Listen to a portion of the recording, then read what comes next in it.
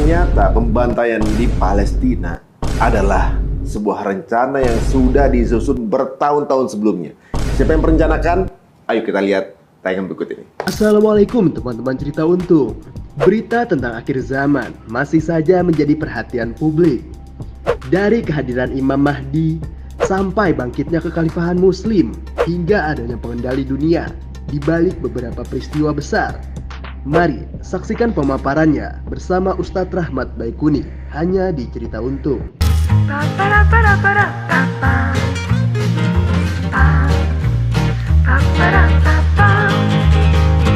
Assalamualaikum warahmatullahi wabarakatuh. Alhamdulillah teman-teman semuanya sekarang bisa kembali kita bertemu dengan Ustadz yang paling banyak teman-teman komen tanyain kelanjutannya. Dan sudah alhamdulillah berada di depan kita Ustadz Rahmat Baikuni. Assalamualaikum warahmatullahi wabarakatuh. Waalaikumsalam warahmatullahi wabarakatuh. Mas Ari, sehat Mas Ari? Alhamdulillah. Mas Ari sehat? Alhamdulillah. Ya, luar biasa on terus nih Mas Ari. Waduh, sama-sama ini berhubung ini Ustadz nih trafficnya udah kemana-mana nih.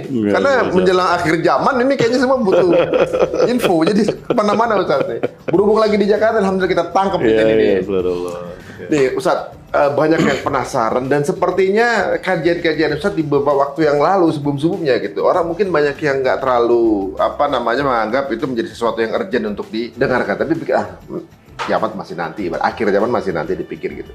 Tapi belakangan ini semua yang pernah diutarakan itu sedang terjadi. Gitu kan. Yeah. Dulu mungkin pernah banyak yang bilang cocokologi bla bla segala macam. Tapi kejadian sekarang bagaimana tuh dulu dengan hal itu? Nah, sekarang interest teman-teman terhadap akhir zaman seperti apa ini sedang meningkat gitu. Karena beberapa hal yang sudah dinubuahkan dalam Al-Qur'an yang dibicarakan ternyata sedang terlaksana sekarang. Nah, ini banyak yang penasaran nih. Sebelum kita ada beberapa pertanyaan yang juga menjadi titipan. Sebenarnya penyerangan sekarang ini dalam Quran kan memang sudah dibilang akan terjadi saja. Apa ini grand design dari zaman dulu gitu memang sudah ada atau mungkin ya kebetulan terjadi begitu aja saja. Pertama kita bicara dari sudut pandang Al-Quran. Di dalam Al-Quran Allah SWT mengatakan bahwa mereka, tanda petik ahli kitab, itu tidak akan pernah berhenti memerangi kalian dengan berbagai macam cara. Baik lewat face to face di medan perang, atau lewat pemikiran, usul fikri, ataupun lewat ekonomi, ataupun lewat apapun, yang penting mereka tidak akan pernah berhenti memerangi kita. Itu ada dalam Quran surat Al-Baqarah ayat 217. A'udzubillahi minasyaitonir rajim. Wala yazaluna yuqatilunakum hatta yuruddukum an dinikum in istata'u. Tujuannya adalah kita murtad dari Islam. Kalau kita sudah murtad dari Islam, selesai mereka. Selesai tugas mereka. Yang kedua, Allah Azza wa Jalla sudah mengatakan bahwa mereka, orang Yahudi dan Nasrani, ahli kitab ini tidak akan pernah ridho kalau kita hidup dengan cara Islam. Artinya selama dengan cara Islam, selama kita hidup dengan cara Islam, maka selama itulah mereka tidak ridho. Dan ketidakridhoan mereka diwujudkan dengan memerangi kita. Kenapa mereka memerangi kita? Karena mereka adalah bangsa yang paling benci kepada orang-orang beriman. Itu ada dalam Quran surat subhanallah Al-Maidah kalau tidak salah. A'udzubillahi minasyaitonir rajim. La tajidanna asyaddan nasi adawatan lil ladzina amanu al-yahuda wal ladzina asyraku. Ini Allah yang mengatakan begitu. Dan Allah menggunakan lam taukid dan nun taukid tsakilah, artinya pasti didapati. Muhammad, engkau pasti akan mendapati. La tajidanna asyaddan nas, sehebat-hebatnya manusia adawatan, permusuhannya, kebenciannya lil ladzina amanu, bagi orang beriman, al-yahuda wal ladzina asyraku, orang-orang Yahudi dan orang-orang musyrik. Nah, menariknya dalam ayat ini, kalau Yahudi pasti disebutkan Yahudi. Tapi yang kedua, waladina asroku, nasoronya hilang. Walang tardu angkal Yahudi walah nasoro. Ayat yang itu menyebutkan nasoronya. Yang kedua, nasoronya hilang, tapi diganti aladina asroku, orang-orang yang musyrik. Artinya, ternyata yang benci seperti Yahudi bukan orang-orang Nasoro saja. Tapi juga ada orang yang mengaku Islam, tapi benci pada kaum muslimin. Ya, contohnya mereka yang agamanya Islam tapi akidahnya bisa dibeli sehingga mereka menjadi influencer yang berani dibayar sama Yahudi. Itulah yang terjadi hari ini. Itu berarti hitungannya udah musyrik tuh berarti. Sudah musyrik. Pantes, ya. Sudah musyrik. Jadi penjajahan atau juga kemurtadan itu bukan semata-mata dia orang yang pindah agama, tapi kemudian lebih mengikuti apa yang diinginkan oleh mereka. Betul. Itu udah bagian dari kemurtadan itu gitu. Jadi gaya hidup, kemudian pola pikir gitu. Kemudian juga itu kan sama aja berpihak dengan yang memusuhi Islam. Nah, makanya ada fatwa para ulama. Ini adalah implementasi dari pembahasan tauhid. Para ulama memberikan sebuah format yang saya yakin siapapun ulama yang Ahlus Sunnah wal Jamaah akan paham dengan konteks ini. Ada satu konsep mengatakan intisarul kafirina wal musyrikina fi qitalil muslimina fahuwa kufrun. Menolong orang-orang kafir dan orang-orang musyrik yang memerangi Islam, ditolong, itu sudah kafir, sudah musyrik. Contohnya, kita membantu memenangkan Yahudi dengan komen kita, padahal sudah jelas-jelas Zionis Yahudi ini sedang memerangi saudara kita, sedang menghancurkan mesin, itu sudah banyak di bagian dari mereka. Dan itu sudah mutlak kafir dan sudah musyrik. Luar biasa. Kenapa demikian? Karena dalam konteks seperti sekarang ini, jihad sudah fardu ain. Dalam hal ini, dukungan sedikit pun pada musuh-musuh yang memerangi kaum muslimin itu sudah kafir. Satu itu. Nah, kemudian yang kedua, ternyata kemusyrikan bisa dilakukan oleh orang yang bertakwa, mengklaim dirinya bertakwa, mendirikan salat dan suka bertobat. Ya. Ada satu ayat menarik nih dalam Quran surat Ar-Rum. Ya, surat Ar-Rum ayat ke-31. A'udzubillahi minasyaitonirrajim. Munibina ilaih, dengan selalu bertobat kepada Allah, wattaqu, dan bertakwa kepadanya, wa aqimis sholata, dan mendirikan salat. Wala takunu minal musyrikin, dan jangan kamu termasuk orang-orang musyrik. Loh, kan sudah tobat, takwa dan salat, kok masih dilarang jangan syirik? Apakah tidak cukup tobat, takwa dan salat membuat orang terbebas dari syirik? Betul. Apakah berarti ada orang yang suka bertobat, takwa dan salat masih bisa melakukan kemusyrikan? Betul. Pertanyaannya, kemusyrikan apa yang dilakukan oleh orang yang suka tobat, takwa dan salat? Yaitu yang kata ayat berikutnya, surat Ar-Rum ayat 32, minal ladina farraqu dinahum, yaitu orang-orang yang memecah belah agama mereka. Kalimatnya farraqu, rohnya ditasydid. Artinya bukan hanya satu perpecahan, banyak perpecahan. Agama dipecah belah. Kullu hizbin bima ladayhim farihun, dan tiap golongan merasa bangga dengan kelompok mereka. Ada bangga dengan namanya, bangga dengan ulamanya, bangga dengan jumlahnya, bangga dengan ide-idenya. Mereka lah orang-orang musyrik. Pantesan ini menjadi satu senjatanya mereka ya untuk kemudian membuat nggak solid itu tuh dengan cara dipecah-pecah. Di zaman dulu waktu itu kan dibikin koloni-koloni itu, bendera sendiri masing-masing. Dan sekarang pun begitu. Pengajiannya beda, benderanya beda, yang lain salah gitu kan. Itu bagian dari untuk memecah belah persatuan. Grand design. Dan membuat mereka jauh dari Allah, jauh dari pertolongan Allah. Ada satu logika yang menurut saya ini menarik. Pertama ini, Yahudi tahu diri mereka etnis minoritas dengan ide-ide yang brutal mereka. Dan mereka paham dunia tidak akan menerima perbuatan brutal mereka. Tapi kok mereka bisa sekarang melakukan kebrutalan di negara yang mayoritas muslim? Ini Palestina. Palestina itu dikelilingi oleh 300 juta muslim Arab. Ya, Palestina dikelilingi oleh 300 juta muslim Arab. Sementara yang membantai Palestina itu cuma tidak lebih, di sana ada 6 juta Yahudi. Tidak lebih dari 6 juta. Nah, logikanya kok bisa 6 juta mengalahkan 300 juta? Ini sudah 2 bulan ini mereka dibantai. Tapi kok yang 300 juta ini kok nggak berani melawan yang 6 juta? Logikanya kalau yang 300 juta kencing barang-barang, itu 6 juta Yahudi tenggelam tuh. Tapi untuk kencing barang-barang aja nggak bisa. Nah, sebelum Yahudi menyerang Palestina, ini negara Arab sekelilingnya dipecah belah dulu. Divide et impera.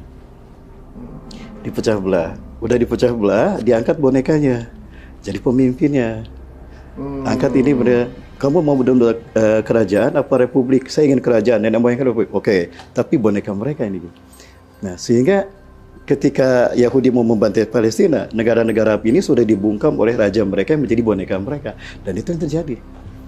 Wah, itu teknik yang tinggal di template, bro ya. Al-Quran sudah mengingatkan itu. Al-Quran sudah mengingatkan itu. La yuqatilunakum jami'an. Mereka tidak akan memerangi kalian kalau kalian bersatu padu berjamaah. Illa fi quram muhassonah, melainkan di balik etnis-etnis kuram, kampung-kampung yang berjauhan. Aumi wari judur, atau di balik-balik benteng nasionalisme. Oh, waduh. Jadi fitnah-fitnah, divide, divide, Fight, empiring. Jadi kerajaan kecil satu-satu. Tadinya satu, mereka jadi punya empire masing-masing. Betul. Ini yang dipakai juga waktu untuk menaklukkan Indonesia, Ustaz ya? Betul. Sebetulnya itu. Jadi ketika Turki Utsmani runtuh, itu umat Islam sudah dipecah belah seperti kue lapis dan dibagi-bagi. Palestina, Jordan, Inggris, Lebanon, Suriah, Prancis, Pakistan, Inggris, Aljazair, Prancis, Afrika, Prancis, Irak, Inggris, Pakistan, Inggris, Malaysia, Inggris, Indonesia, Belanda. Coba kita dijajah Inggris, pintar bahasa Inggris kita. Kalau itu makanya saya juga kemarin ada apa namanya anggapan dari salah satu ustadz kita gitu yang mengatakan bahwa Indonesia tuh nggak dijajah. 30 tahun itu Indonesia tuh berjihad. Kenapa? Soalnya kan negara dijajah pasti bisa bahasanya. Kita nggak ada yang bisa bahasa Belanda kan? Ya, karena susah kali. Dan itu 360 tahun kan? Kok nggak berpengaruh budayanya? Nggak bisa gitu kita. Akhirnya saya bertanya, betul dijajah 360 tahun? Iya. Agamanya tetap mayoritas Muslim sekarang. Benar. Kenapa apa tidak Protestan? pengkerdilan aja Sat ya? Sepertinya. Biar nyawanya biar Chill. semangatnya tuh semangat Chill. orang kalah gitu. Betul. Soalnya kalau saya sudut lihat dari sudut pandang entertainment gitu ya. Kalau di Amerika kan narasinya pemenang gitu.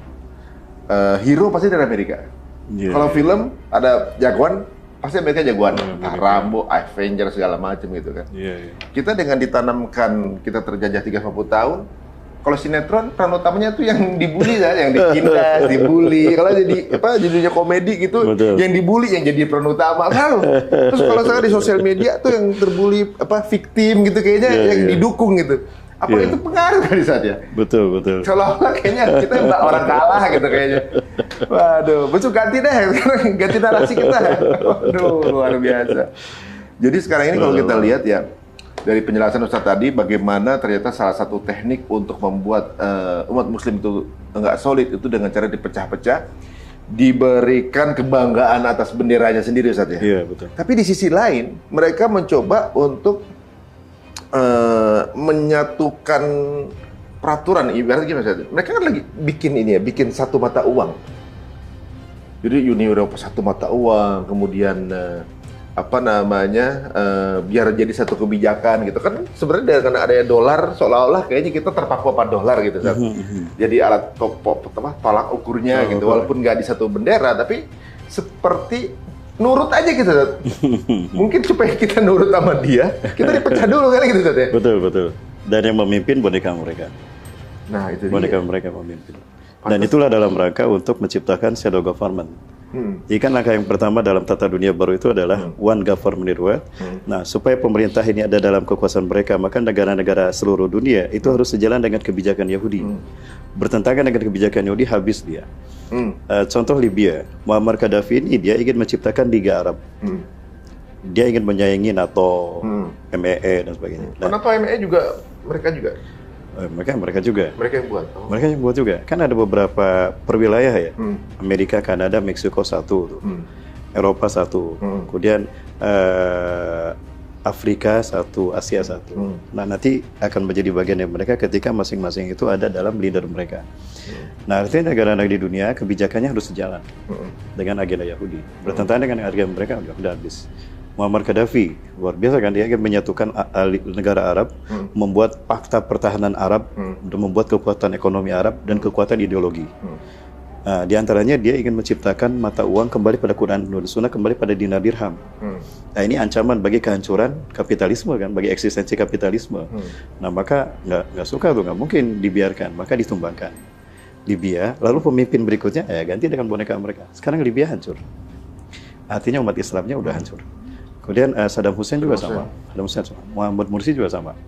Semuanya dan seperti itu. semuanya keras dengan Israel ya. Saya dan Amerika.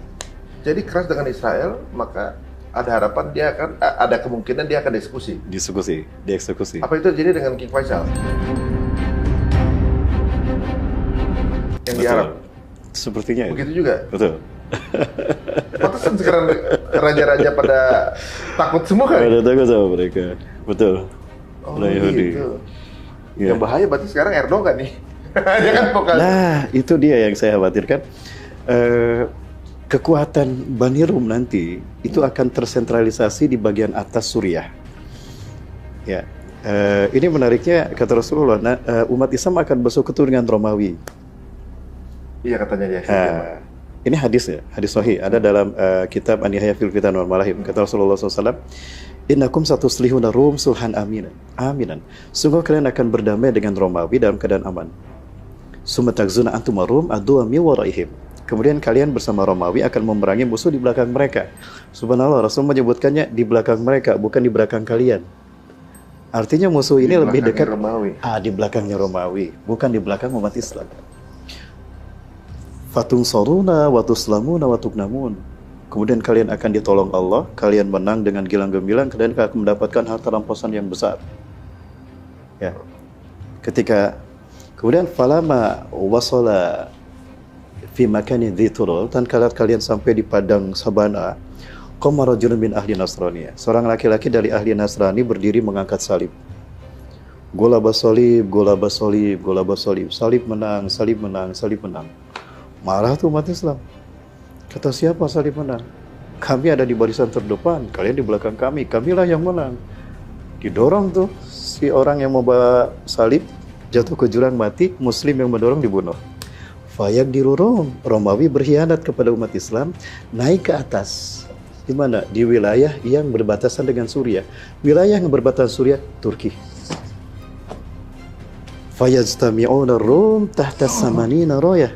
Maka Romawi berkumpul di bawah 80 bendera. Walikul riyatun isna asyara alaf junudan. Satu bendera 12.000 pasukan. Artinya jumlah Romawi itu 960.000 orang. Itu berhadapan dengan umat Islam di Suriah. Berarti Turki ada dalam kekuasaan mereka. Jadi ada kemungkinan kalau ini terjadi, Turki hancur. Atau Turki jadi ikut mereka gitu? Sepertinya tidak. Enggak ya? Rakyatnya yang munafik mungkin iya. Tapi rakyatnya yang pro Erdogan bisa jadi perang dan gugur, dan Erdogan syahid, kalau nggak syahid gabung dengan pasukan umat Islam. Atau pemilu kalah. Tapi ini baru pemilu, baru menang. Berarti kabinet berikutnya dong. Nah menariknya begini, ada seseorang berkata pada saya, Ustadz, nah itu hadisnya Ustadz. Nah sekarang faktanya, Rusia dengan Ukraina perang. Dan Rusia dibantu CES-nya. Kan CES-nya umat Islam. Apakah sesuai nggak dengan hadis itu? Ketika jamaah saya bertanya begitu, saya tertawa saja. Saya tidak mengatakan, itulah maksud dari hadis ini, saya tidak mengatakan begitu. Cuma menariknya begini, Rasulullah menyebut Romawi. Romawi di masa Rasulullah, itu adalah Kristen Ortodok. Dan Kristen Ortodok sekarang, itu Rusia. Yang Ortodok Rusia, bukan London ya? Bukan Rusia. London itu, mohon maaf. Udah tinggal orang tua ya? London sekarang itu Katolik sebetulnya. Oh, Katolik. Nah, Protestan itu ke Irlandia. Oh. Maka Inggris dengan Irlandia perang kan? Iya, dan nggak pernah nggak sepaham. Tapi Irlandia pro Palestina sekarang. Itu dia, Protestan. Nah, karena ada orang-orang ketika umat Islam, Umar bin Khattab menguasai Palestina, Yerusalem. Di sana sudah ada etnis Yahudi, etnis Nasrani, dan Islam. Itu tiga-tiganya bersatu dan mereka rakyat Palestina. Datang Ashkenazim, hancurlah Palestina. Yang dibantai bukan hanya orang Islam Palestina, Yahudi Kristen juga dibantai. Asal Palestina semua. Asalkan semuanya Palestina. Nah, siapa yang membantainya? Ashkenazim, yang dulu mereka menghancurkan Rusia dengan revolusi Bolshevik. Orang-orang jutaan orang Kristen Ortodok dibantai kan? Dibantai. Nah, Kristen Ortodok. Jadi pusat Kristen Ortodok itu Rusia. Nah, Rusia sekarang perang dengan Ukraina. Nah, Ukraina kan di belakang Rusia, bukan di belakang CES-nya. Dan CES-nya Muslim. Proses kebangkitan Islam itu kan dimulai dengan munculnya Imam Mahdi, dengan dibayat Imam Mahdi. Bayangkan, sejak Imam Mahdi dibayat sampai Islam tegak, tidak pernah ada peperangan yang berhenti. Berapa tahun itu rencana? Nah, kalau disebut berapa tahun, wallahu a'lam bishawab ya. Nggak tahu ya. Cuma perangnya banyak. Perangnya banyak. Yang pertama, ketika Imam Mahdi dibayat, itu sedang terjadi perang dunia. Sedang terjadi perang dunia. Berarti akan ada perang dunia dong. Akan ada lagi dong. Maksudnya perang ini sedang ada sebuah peperangan sedang berlangsung. Ya, Rasulullah menyebutkannya Ahzab kalau tidak salah ya. Nah, orang-orang menyebutnya Armageddon. Kenapa disebut Armageddon? Karena pada perang itu teknologi masih ada. Sehingga orang perang menggunakan nuklir masih memungkinkan. Nah, itu yang pertama. Kemudian di sisi lain ada terjadi deislamisasi. Ya, terjadinya penghinaan dan pelecehan pada Islam, agama Islam diinjak-injak, Allah dihujat, Nabi dinistakan. Kemudian juga umat Islam nyawanya dianggap murah. Nah, itu kerusakan yang sangat besar. Nah, kata Rasulullah SAW, justru munculnya Imam Mahdi di masa seperti itu. Yakhrujul Mahdi fi akhiri ummati inda ikhtilafi minan nas wa zalazil. Imam Mahdi akan muncul di akhir umatku ketika banyak terjadi perselisihan, perang, dan banyak terjadi bencana alam. Indikatornya itu. Nah, ada indikator lain, Imam Mahdi ini akan muncul setelah matinya penguasa Hijaz, Raja Hijaz. Hijaz itu tempat yang terbentang dari Mekah ke Madinah. Artinya, Imam Mahdi akan muncul ketika Raja Saudi Arabia meninggal.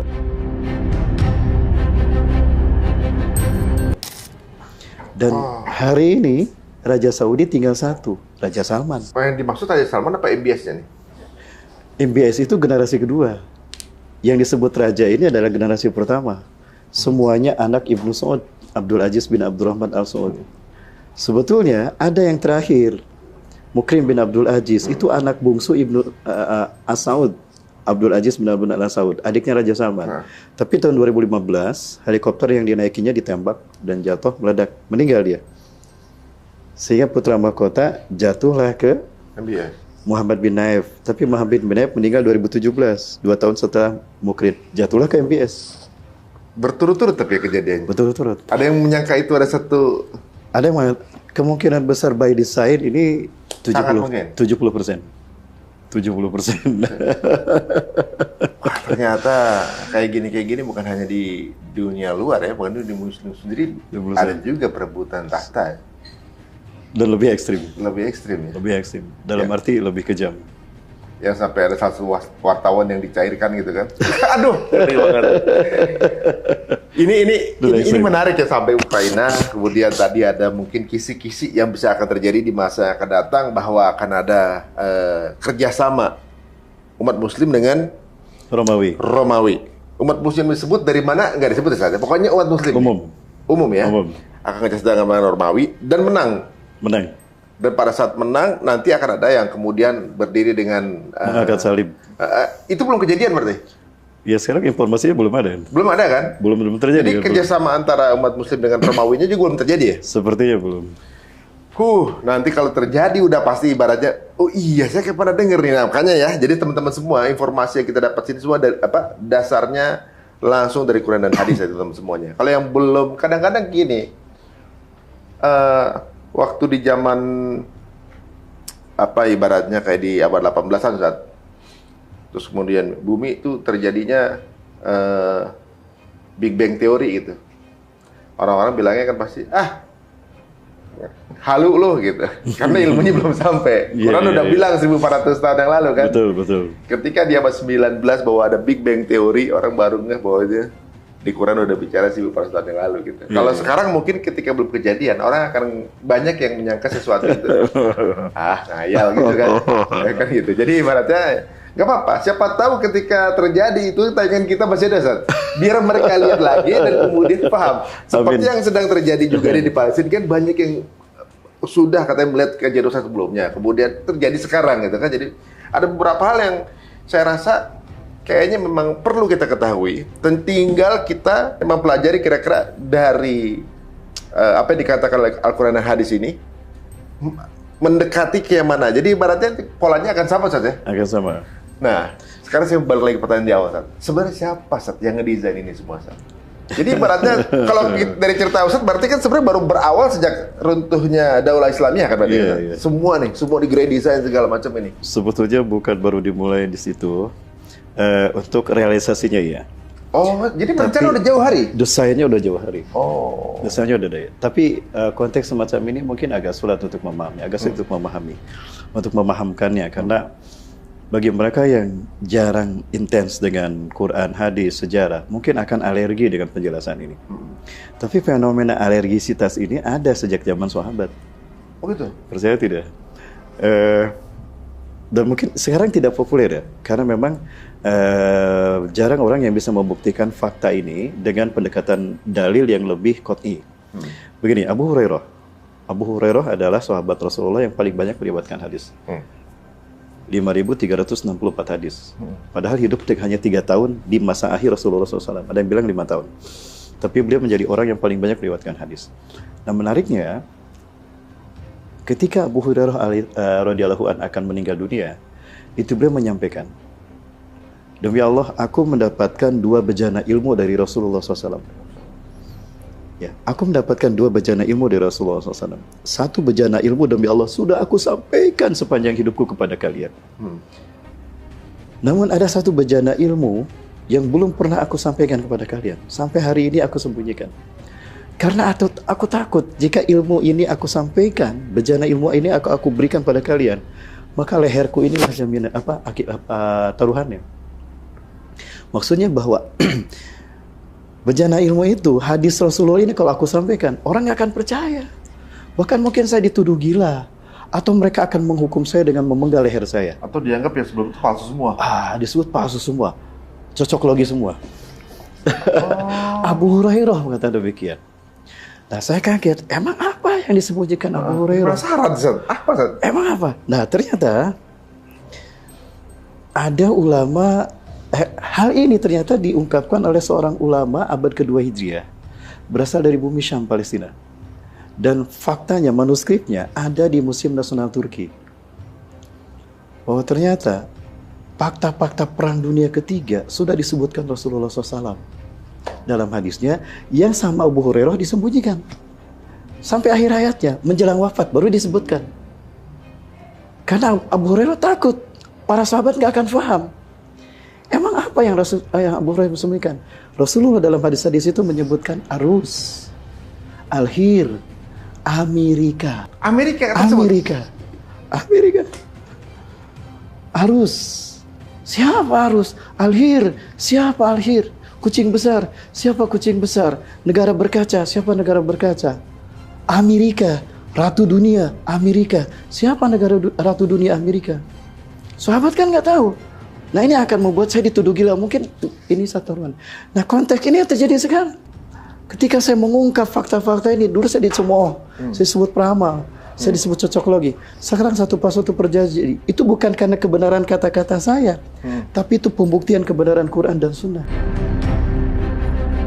Kalau belum kejadian, orang pasti nyangkanya halu gitu ya. Itu dia. Oh iya benar juga ya. Makanya di zaman Nabi Isra Mi'raj itu menjelaskan juga nggak gampang. Iya Bang, meyakinkan. Nah, itu penasaran dengan arus, alhir dan arus itu Rusia. Arus itu kemungkinan besar Rusia. Artinya apa arus? Arus.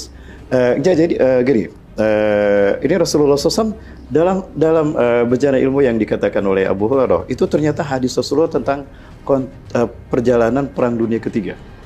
Bahkan Rasulullah menyebutkan Perang Dunia ke-1, Perang Dunia ke-2, Perang Dunia ke-3. Perang Dunia ke-1, pengkhianatan di antara kelompok ahli kitab. Dan itu kan terjadi antara mereka juga kan, maksudnya bukan umat Islam kan. Nah, kemudian muncullah seseorang laki-laki yang membawa ulah di dunia. Orang-orang menyebutnya Al-Hir. Ya. Dia tinggal dari sebuah negara yang orang-orang manusia menyebutnya Jerman. Rasulullah menyebutkan itu.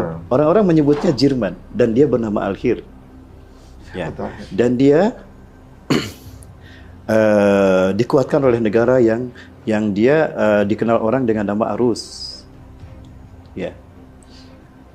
Maka muncullah kelompok bangsa, sebuah bangsa yang dia sebetulnya ratu tempat maksiat, orang-orang buruk yang orang-orang mengenal dia dengan sebutan Amerika, dan di sanalah adanya ratu dunia.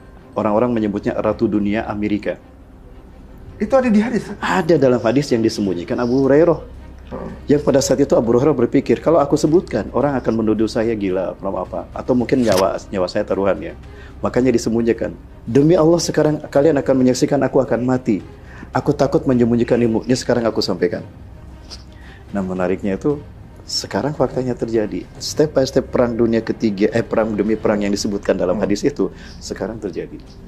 Arus Rusia, Al-Hil Hitler. Betul kan, Hitler di Jerman. Ratu dunia, Amerika. Ratu dunia, patung Liberty kan ratu. Dan patung dunia Liberty di mana? Di Amerika. Tempat maksiatnya manusia, tempat orang berbuat dosa. Tulisannya Amerika benar? Amerika. Harus menyebutkan Amerika. Namanya itu gitu. Namanya disebutkan. Berarti bagian dari kerusakan perang dunia pertama udah termasuk bagian dari kerusakan. Sudah. Bahkan Rasul menyebutkan tahunnya. Dan ketika saya hitung tahunnya di fase pertama 13 Hijriah, itu perang dunia pertama. Ya. Perang dunia di tahun pertama akan terjadi perang seperti ini, disebutkan perang antar mereka. Kemudian perang dunia kedua ada seseorang yang bernama Hilda di negara Jerman. Ya, itu di putaran perang kedua di tahun 1300-an Hijriah. Perang dunia kedua kan 1300. Nah, perang dunia ketiga itu disebutkan 1400-an. 1400-an. 1400. Sekarang 1400 kan. Saya khawatir ya karena Hijriah. Sekarang 1440 itu ya kan? 1400-an. Cuma banyak teks yang terpotong di manuskrip itu. Dan sekarang manuskripnya diklaim ada di Turki, Perpustakaan Nasional Turki. Nah, sekali lagi ini bukan merupakan sebuah kebenaran mutlak. Karena pertama, keberadaan manuskrip itu sendiri tidak di blow up dan orang tidak mempelajarinya. Yang kedua, orang-orang yang mau mempelajari itu maka akan diserang oleh Barat.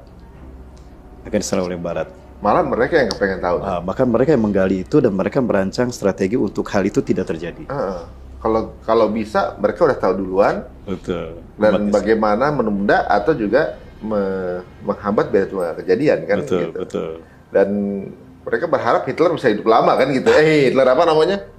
Dajjal bisa hidup lebih lama kan gitu. Bagaimana kemudian Dajjal juga berusaha untuk membunuh Nabi Isa biar dia juga nggak dibunuh. Walaupun udah ditetapkan sepasti matahari terbit gitu ya. Betul, iya. Ada fakta-fakta yang menurut saya dikemukakan dalam beberapa nas Quran, nas hadis ya, tarikh. Namun mungkin itu perlu pendalaman yang lebih dalam lagi. Contohnya begini, tentang pertemuan iblis dengan Dajjal di segitiga Bermuda. Itu menarik. Iblis kan nama aslinya Ajazil, Dajjal nama aslinya Samiri. Iblis dia membuat singgasana di segitiga Bermuda. Jadi kenapa ada orang yang lewat segitiga Bermuda hilang, kapal terbang, kapal selam, kapal laut hilang? Itu karena di sana ada istana iblis. Iblis membuatnya dari cahaya. Maka siapapun yang lewat sana akan hilang. Itu misteri segitiga Bermuda. Belum bisa terpecahkan sekarang. Sebetulnya ada satu penjelasan dari Muhammad Isa Daud yang bagus dalam buku Dajjal akan muncul dari segitiga Bermuda. Bahwa sebetulnya mereka tidak hilang. Mereka ada di sana, cuma tertutup oleh cahaya sehingga kita tidak bisa melihat. Logikanya seperti gini, ada anak kecil main di waktu maghrib, sudah maghrib, membahasa sunnah nama sarupna lah. Bisa disumputkan jurik. Nah, faktanya itu. Orang anaknya ada di depan rumah, tapi tidak terlihat oleh orang tuanya. Dia bisa melihat orang tuanya, tapi nggak bisa ngomong. Ketemu subuh, anak itu sedang tidur di situ. Dan dia bilang, aku nggak kemana-mana, aku nggak bisa ngomong. Nah, faktanya seperti itu. Sehingga ada challenge, silakan saja kalau Muslim lewat, yakin imannya kuat, nggak akan hilang. Di situ segitiga Bermuda. Di segitiga Bermuda nggak hilang. Nah, disitulah tempat bertemunya iblis dan Dajjal, Ajazil dengan Samiri. Ketika Azazil bertemu, Azazil sangat senang sekali. Dan Azazil mengatakan, hari ini adalah hari yang aku tunggu-tunggu sejak aku diturunkan dari surga ke dunia. Di mana aku dipertemukan dengan saudara kembarku. Panggillah dia oleh kalian sebagai Paman Sam. Paman Sam. Itu tulisannya begitu, Ustaz? Tulisannya seperti itu.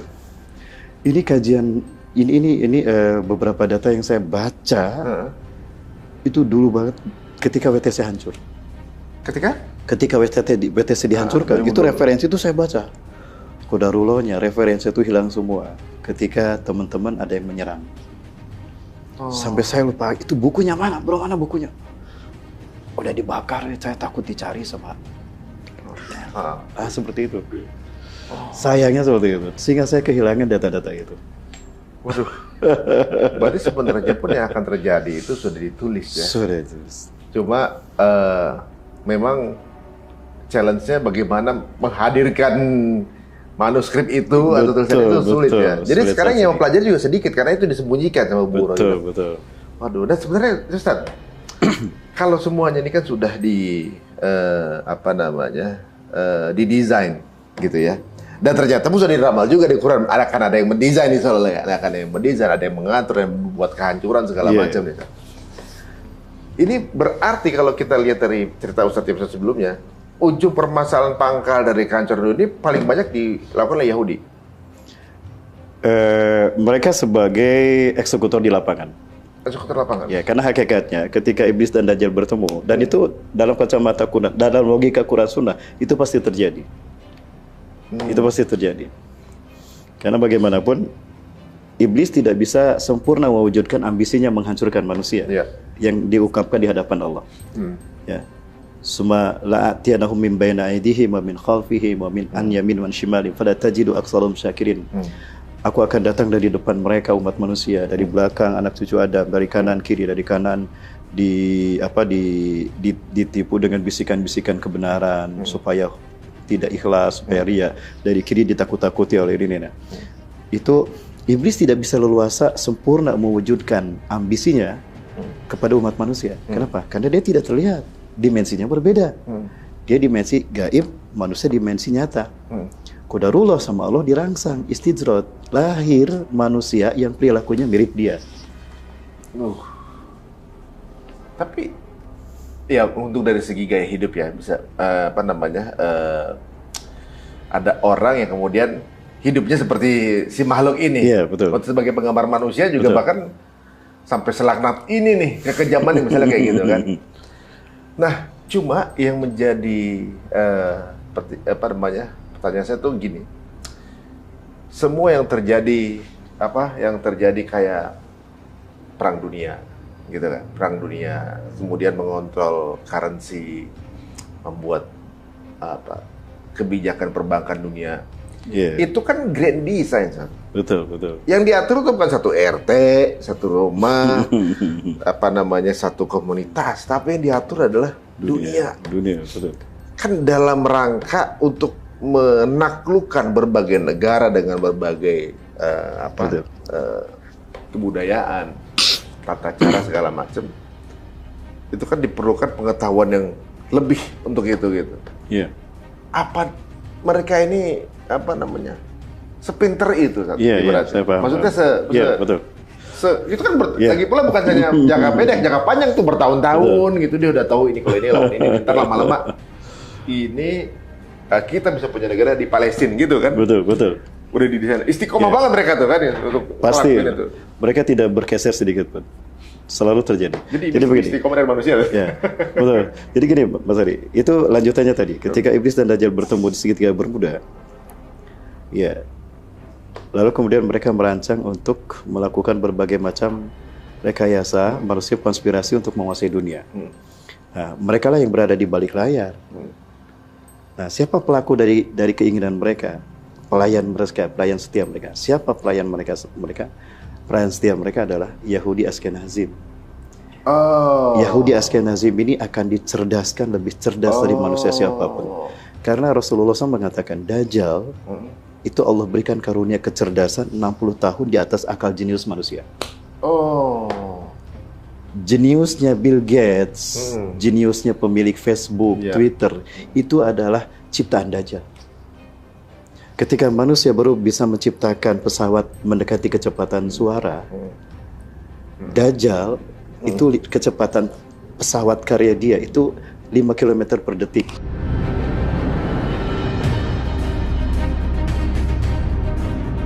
Ketika manusia baru bisa menciptakan pesawat mendekati kecepatan suara, Dajjal itu kecepatan pesawat karya dia itu 5 km per detik. Per detik. Kata Rasulullah SAW ketika ditanya, ya Rasulullah seperti apa kendaraan Dajjal? Kendaraan Dajjal itu adalah keledai yang jarak dari satu telinga ke telinga berikutnya adalah 40 hasta, 27 meter. Keledai apa yang diameter kepalanya 27 meter? Dan kecepatan berapa kecepatan terbangnya ya Rasulullah? Seperti awan ditiup angin. Hitungan-hitungan para ahli, awan ditiup angin itu 5 km per detik. Logikanya apa? Piring terbang, UFO.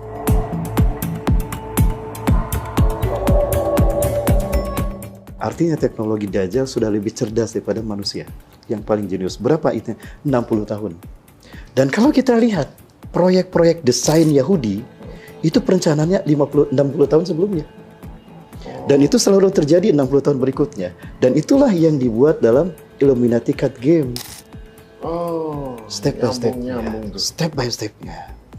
Nah, orang-orang yang berpihak kepada Dajjal akan dibikin cerdas. Lebih cerdas dari manusia yang lain. Maka muncullah orang yang pro pada mereka dan akan disiap tuh. Siap menghambakan diri. Siapa? Ada Sir Mayer Rothschild. Dialah sutradara di balik revolusi Prancis, industri di Inggris, dan revolusi Amerika. Dan dialah yang merancang perang dunia melalui 24 langkah untuk menguasai dunia.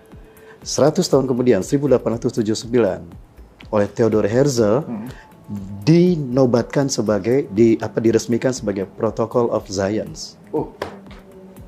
Dengan 24 protokol itulah, dia berambisi penuh untuk menciptakan negara di tanah Palestina. 100 tahun kemudian kita akan punya negara di negara Palestina. Dan itu terjadi. 14 Mei 1948. Waduh. Jadi sebenarnya kalau saya simpulan dari penjelasan Ustaz, bahwa Dajjal ini lebih cerdas dari manusia. Lebih cerdas Jauh, dari manusia. ya. Betul. Kemudian dia butuh pelayan. Dia akan apa yang dilakukan?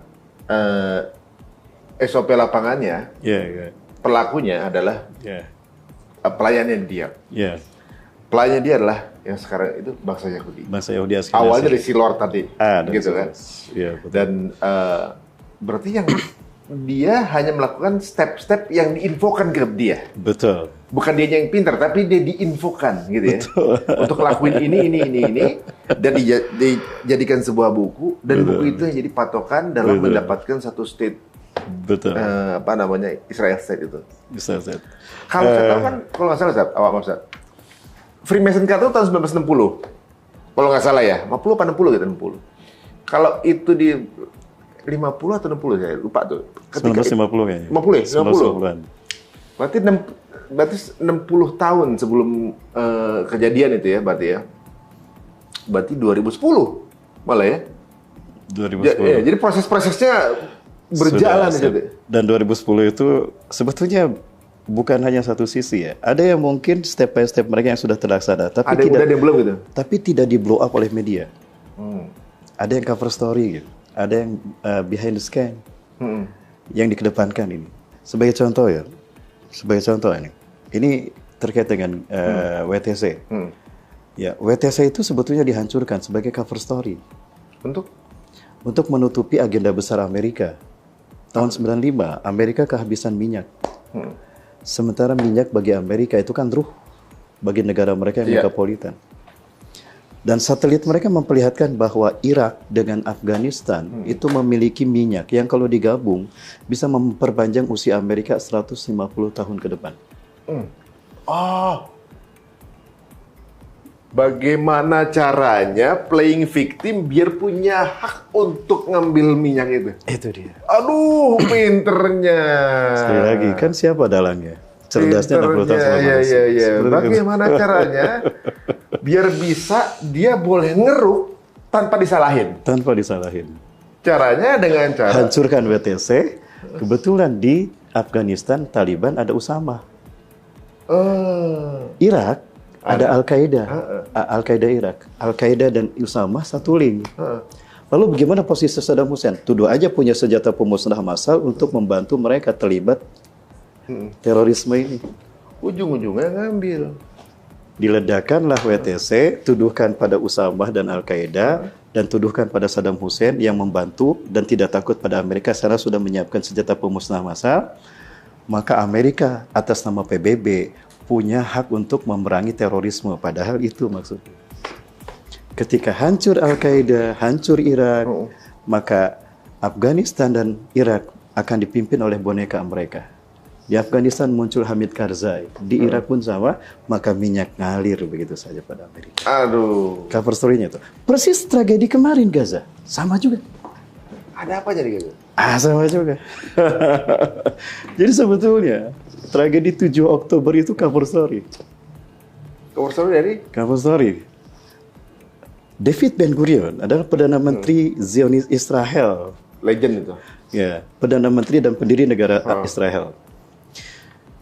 Dia tidak mau ribet dengan urusan terusan Suez. Karena terusan Suez mutlak milik Mesir. Iya. Dan Israel gagal berkali-kali untuk mengklaim bagiannya terhadap terusan Suez. Dan banyak masalah dengan Mesir terkait dengan terusan Suez. Itu 2 kali. Hingga akhirnya dia berpikir, aku akan bikin saja kanal sendiri agar aku tidak ribet dengan urusan itu, karena itu akan menguntungkan Mesir. Maka dibuatlah sebuah kanal di mana dia akan menghubungkan Teluk Aqaba itu langsung ke Laut Tengah. Aqaba Jordan. Aqaba Jordan. Tapi kan harus motong tuh. Itu masih daratan kan? Itu dia. Ketika dia mencari membuat berdasarkan rute awal, itu melingkari Gaza. Itu resikonya besar. Akan menempuh padang pasir dan kosnya mahal. Itu bisa sampai 100 miliar dolar. Tapi kalau dari Aqaba lurus ke Gaza, itu 50% bisa dipangkas. Jadi gimana caranya? Maka ini kanal Ben Gurion harus melalui Gaza. Caranya gimana? Usir tuh orang Gaza. Intinya ini ekonomi juga ya? Ekonomi juga. Perebutan pengen cari keuntungan untuk bisa nguasain dunia lah jatuhnya kan. Betul ya. Jadi traffic minyak dari Timur Tengah bisa ngalir lebih mudah. Dan bahkan itu jadi ekonominya lagi dari untuk bangsa Israel. Dan itu disepakati Amerika. Bener lah, kamu cerdas, sok saya dukung. Amerika, Inggris, Kanada, Prancis itu didukung. Maka ketika mereka membantai Gaza, kan negara-negara ini mendukung Israel. Hanya untuk ambisi itu, mereka menghalalkan darah kaum muslimin Gaza. Gila kan? Dan biayanya maksimal hanya 55 miliar dolar, tidak sampai 100. Dan jaraknya lebih dekat lagi. Jarak tempuhnya. Tapi sebenarnya sekarang ini kan mereka habis-habisan nih, sehari untuk biaya perang 4 triliun. Betul. Israel. Dikit lagi bangkrut ini, maksudnya suplai dana dari Amerika lagi di parlemen katanya dikurangin gitu. Dan sekarang lagi proses untuk minta patungan dengan warga mendanai perang, gitu kan? Karena mereka nggak menyangka bahwa perang ini jadi segini lama. Betul. Di luar perkiraan. Pikirkan dengan negara adidaya Amerika, Prancis, Inggris gitu kan, ditambah Israel sendiri yang waktu itu pernah menang Arab Spring kalau nggak salah lawan 3 negara gitu kan. Iya, betul. Sekarang dia dibantu berapa negara lawan kelurahan nggak bisa menang kan gitu kan. Ini lebih dari 3 hari. Dan gitu kan sekarang nih udah mau 2 bulan saja. Betul. Udah berapa yang habis? Ternyata ngebangun cuma 50 miliar itu sebenarnya kan. Betul. Tapi di sini saya jadi ambil satu sedikit kesimpulan kecil dari apa yang Ustadz ungkapkan tadi, bahwa memang cukup cerdas ya untuk membuat bagaimana caranya bisa mengeruk wilayah lain tanpa disalahin. Dengan cara playing victim. Kan gitu. Saya dengar dari salah satu ustadz juga, saya lupa, bahwa kekayaan alam lebih banyak di tanah-tanah yang disujudi. Betul. Iya. Indonesia banyak, Timur Tengah banyak.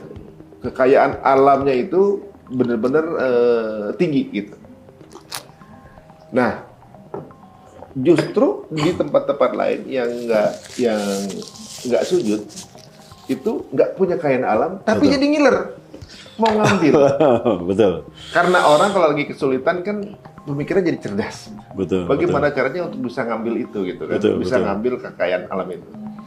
Jadi di sisi lain inilah yang menyebabkan banyak negara muslim dijajah. Sampai sekarang nih. Negara muslim itu dijajah karena ya kita satu berarti nggak punya pemimpin solid nih. 2 gampang banget dibohongin. Karena dibikin perang padahal mengambil minyak. Gitu. Tapi di sisi lain bisa jadi ini cara Allah untuk menyebarkan agama. Betul. Dengan mereka menjajah negara Islam. yang fungsinya kan ke negara non-muslim. Oh iya, betul. Fungsi negara-negara non-muslim keisi Iya. fungsi. Iya. Mereka bilang, lu katanya Islam, kenapa larinya ke negara-negara non-muslim? Ke negara gua, orang Amerika ngomong gitu kan. Lu pada ngungsi ke negara gua, pulang ke negara lu. Gua akan pulang ke negara gua. Kalau negara lu pulang dari negara gua, kan gitu jawabannya. Jadi sebenarnya ini ada memang sebuah circle yang Allah ciptakan qadarullah betul. untuk menyebarkan agama tanpa disalahin gitu kan. Betul.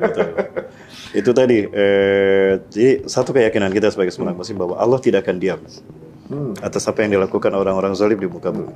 A'udzubillahi minasyaitonir rajim. Wala tahsabannallaha ghafilan amma ya'malu zalimun innama yu'akhiruhum liyaumin tashkhasu fihil absar. Sungguh jangan kamu kira Allah diam saja atas apa yang dilakukan orang-orang zalim di muka bumi. Sesungguhnya Allah sedang merangsang mereka sampai pada waktu di mana mata mereka akan terbelalak. Yang pada saatnya ternyata harapan mereka tidak terwujud, justru yang terjadi adalah sesuatu di luar dugaan mereka. Dan sesuatu yang terjadi di luar dugaan mereka, itulah rekayasa Allah.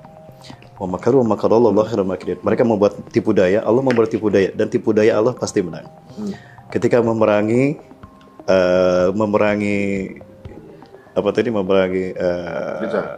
umat Islam, maksudnya memerangi Palestina, ternyata malah ada efek lainnya juga. Memerangi umat Islam, malah ternyata di negaranya Islam tumbuh luar biasa. Nah, itulah makan Allah Subhanahu wa taala. Ketika Firaun menyembelih bayi laki-laki, justru Allah kirim bayi yang akan menghancurkannya, Nabi Musa. Kan skenario sangat indah. Nah, semua ini Allah lakukan untuk membuat kita yakin bahwa Allah tidak akan pernah meninggalkan kita dalam kondisi sesulit apapun. Masya Allah. Ya. Dan polanya di luar dari pola manusia. Dan polanya di luar dugaan manusia. Min haitsu la yahtasib. Di luar. Dan itu indahnya Allah. Nah, termasuk skenario perang dunia ketiga, bagaimana Allah akan menzohirkan Islam? Tentu jelas di luar nalar kita. Di luar nalar kita. Jadi Allah punya skenario untuk memenangkan Islam dengan cara yang terindah. Cara gimana? Bisa jadi tanpa tetesan darah. Tanpa dendam. Tanpa tetesan air mata. Bagaimana Fathul Mekah terjadi? Kan Fathul Mekah tanpa tetesan darah, tanpa dendam kan?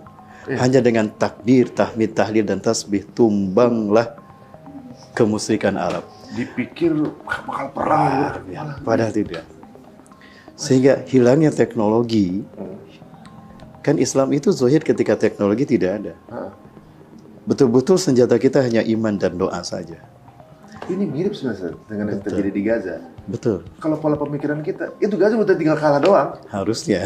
Kok nggak kalah-kalah gitu kan? Mereka kan boro-boro teknologi, Ustaz. Iya. Listrik nggak ada. Betul. Air nggak ada. Kan mereka secara resmi nggak punya pasukan. Betul. Nggak ada pemerintahan, nggak ada pasukan. Pemerintahan boneka kan? Nggak ada. Terus seolah-olah kayak no defense sebenarnya. Iya. Jangan apalah sumber daya. Air aja nggak ada, gitu. Tapi nggak kalah, gitu. Orang juga bingung kan. Tiba-tiba malah yang masuk Islam, yang di luarnya, gitu. Di seluruh dunia pada masuk Islam, gitu kan. Benar juga, Dan Rasul pernah menjelaskan itu. Ketika Rasulullah menyebutkan akan ada 3 tahun kekeringan, di tahun ketiga, ya tidak ada setetes air pun selama setahun, tidak ada satu tanaman pun tumbuh. Tapi orang-orang Islam, orang beriman akan tetap hidup. Para sahabat bertanya, Rasulullah kan tidak ada makanan, tidak ada air. Bagaimana mereka bisa hidup? Dengan apa mereka bisa hidup? Subhanallah, walhamdulillah, wala ilaha Allahu akbar. 4 kalimat itu fungsinya sama dengan makanan untuk memperpanjang hidup mereka. Itu yang terjadi di Gaza kan sekarang. Iman bisa memperpanjang Gaza. Astagfirullahaladzim, bener. Iman bisa memperpanjang Gaza. Nggak punya makanan. Mereka hidup hanya dengan iman. Betul. Karena dengan iman itulah mereka bisa tahu caranya kemudian bagaimana bertahan hidup. Betul. Masya Allah. Kan mereka listrik udah nggak ada, tapi masih bisa ngirim gambar. Betul. Masya Allah, luar biasa. Betul. Nah, saat ini kita jadi penasaran, sebenarnya ada hidden agenda apa lagi sih sebenarnya yang belum terungkap? Yang dari kisi-kisi yang ada. Iya. Sebetulnya ini terlambat. Jadi Yahudi Ashkenazim ini kan mereka punya ideologi juga. Jadi bukan hanya ambisi politik dan dunia ekonomi semata, kerakusan dunia, tapi mereka punya akidah bahwa iblis dan dajjal ini kan mereka ingin eksis, menggeser tauhid dari umat manusia. Dan itu grand design iblis dan dajjal. Nah, grand design mereka pun harus ada step by step untuk di mana ada masa di mana akan ada ritual di mana iblis dan dajjal akan naik tahta, naik ke mahkota dan mahligai mereka. Kalau kita ke Bukit Zaitun, itu ada altar di mana di altar itu ada simbol matahari. Nah, orang-orang Yahudi Kabalis, orang-orang Yahudi Talmudian itu yakin kalau di altar itulah nanti Mesaya, Tuhan yang mereka tunggu-tunggu, itu akan melakukan ritual animal sacrifices. Apa itu animal sacrifices? Menyembelih red heifer, sapi jantan berwarna merah. Dan itu dibahas dalam kitab tua mereka. Tapi kan nggak ada Ustaz. Sapi warna Sapinya merah. sudah ada. Udah ada. Red heifer itu sudah ada. Caranya? Ya. Enggak, red heifer udah ada. Sekali lagi. Dibiarkan gitu. Sudah lahir sekarang. Sudah lahir? Jantan sudah ada. Tapi sekali lagi, yang satu muncul, yang ini belum muncul. Harusnya kan step by step. Kok tiba-tiba ini yang muncul gitu? Nah, logikanya harusnya Al-Aqsa dulu hancur. Istana Haikal Solomon dibangun. Ya, hegemoni Yahudi sudah mendunia mulai dari Sungai Nil sampai Sungai Efrat, Irak. Ya, kanal itu sudah terbangun sehingga membuat segitiga itu eksis. Nah, baru ritual itu dilakukan kan. Tapi ternyata kok ini duluan, yang ini belum, istana belum ada, Masjidil Aqsa belum hancur, padahal sudah ada 300 terowongan. Ya. Di mana? Di bawah Aqsa? Di bawah Al-Aqsa. Dan ini diungkap oleh Syekh Rid Solah. Tujuannya apa? Jika ada gempa sekian skala Richter ambruk tuh Al-Aqsa, buru-buru mereka ganti dengan Haikal Solomon. Tapi dengan satu langkah, harus ada klaim dulu bahwa Yerusalem milik mereka. Makanya ketika Yahudi datang, itu sebetulnya mereka menawarkan opsi dua negara di tanah Palestina. 54% bagi Israel, ibu kotanya Yerusalem yang ada Al-Aqsa-nya, 46% bagi Palestina, ibu kotanya Ramallah. Iya. Nah, ini diterima oleh rakyat Palestina siapa? Yasser Arafat. Tanda petik, sepertinya orang dalam mereka juga. Mereka juga. Muncullah PLO di bawah pimpinan Yasser Arafat yang sepakat menerima isu ide dua negara. Ada yang tidak mau menerima, saya Ahmad Yasin tidak mau terima, yang penting wilayah semuanya wilayah Palestina, Israel harus keluar dari Palestina. Muncullah perlawanan, ya, disatukan oleh saya Ahmad Yasin dalam nama Hamas. Oh, itu asalnya? Asalnya seperti itu. Muncullah Hamas, Harokah Al-Muqawamah Al-Islamiyah. Gerakan perlawanan Islam. Nah, punya sayap militer namanya Izzuddin Al-Qassam. Dan bertahan di Gaza. Nah, jadi Israel sendiri dari sisi ideologi Ashkenazim maksudnya, mereka banyak yang tidak terwujud, sehingga mereka frustasi sebetulnya. Jadi secara ideologi ini mereka belum berhasil. Ya, karena akhirnya amburadul mereka. Dan ini terbukti yang benar itu Islam, step by stepnya jelas dan itu terwujud. Sementara ambisi mereka tidak terjadi, sehingga apa? Wajah mereka terbalak, sudah habis semua tapi tidak terwujud. Hingga akhirnya udahlah, pasrah, dihabisilah sama kaum muslimin tanpa senjata, karena mereka sudah lumpuh karena perbuatan mereka sendiri. Karena udah habis-habisan. Udah habis-habisan. Nah, berarti suatu saat ini Aqsa akan menang. Tapi katanya akan hancur dulu. Secara fisik. Tapi sekarang pun nggak hancur. Logikanya harusnya hancur. Tapi Haikal Sulaiman udah dibangun kan, Ustaz? Di bawahnya. Tapi ada satu bangunan tuh. Yang di sebelah mana? Saya dikasih fotonya. Oh, itu ininya, pondasinya itu. Itu ada kanalnya dari bawah gitu situ. Ada. Dan itu disembunyikan.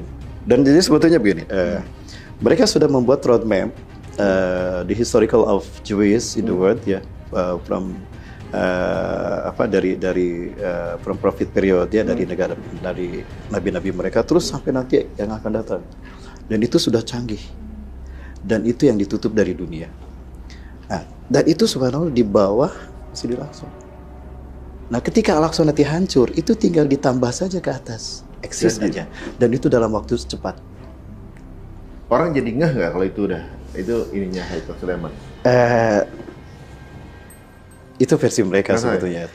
Tapi kalau di situ udah jadi semuanya Israel ketika itu kejadian. Betul. Biasanya semuanya. Berarti Israel. dia akan sempat menang dulu, Ustaz? Di dalam Al-Quran, Allah SWT mengatakan begini. Dulu mereka mau buat kerusakan. nabi mereka dibunuh, Nabi Yahya disembelih, Nabi Zakaria, mereka maksiat di sana. Lalu Allah hukum dengan tiga bangsa besar, Mesir, Assyria, Kaldani, hancurlah mereka.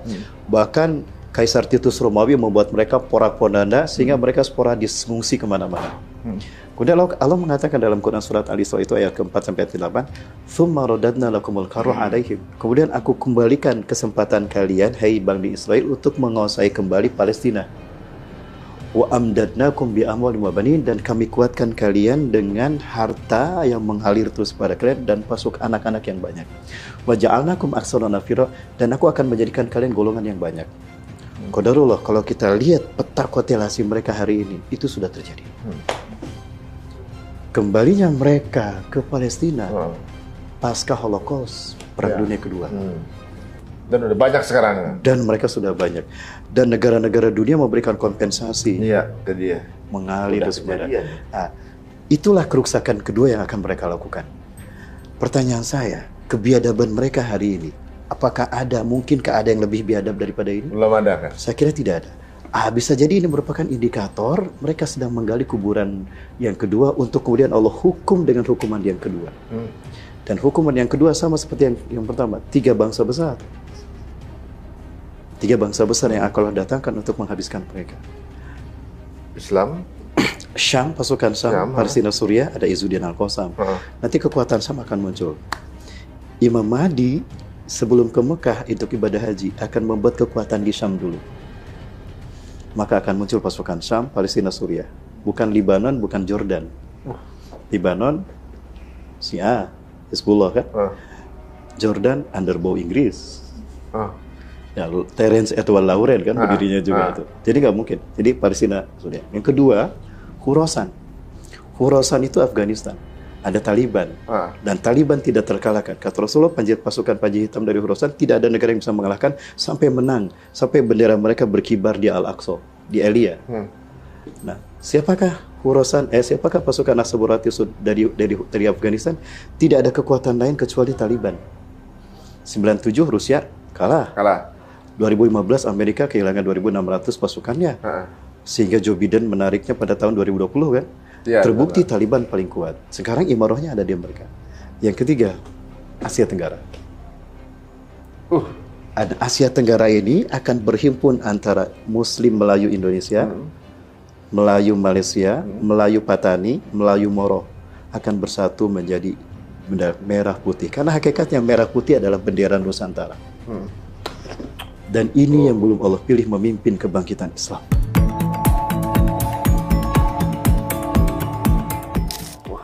Insya Allah. Dan inilah yang disebutkan Rasulullah. Aku diberikan 2 pusaka merah putih. Dan umatku akan berkuasa dari timur hingga ke barat dengan pusaka merah putih itu. Kalau emang iya nih, kalau emang iya ya, berarti mungkin nggak?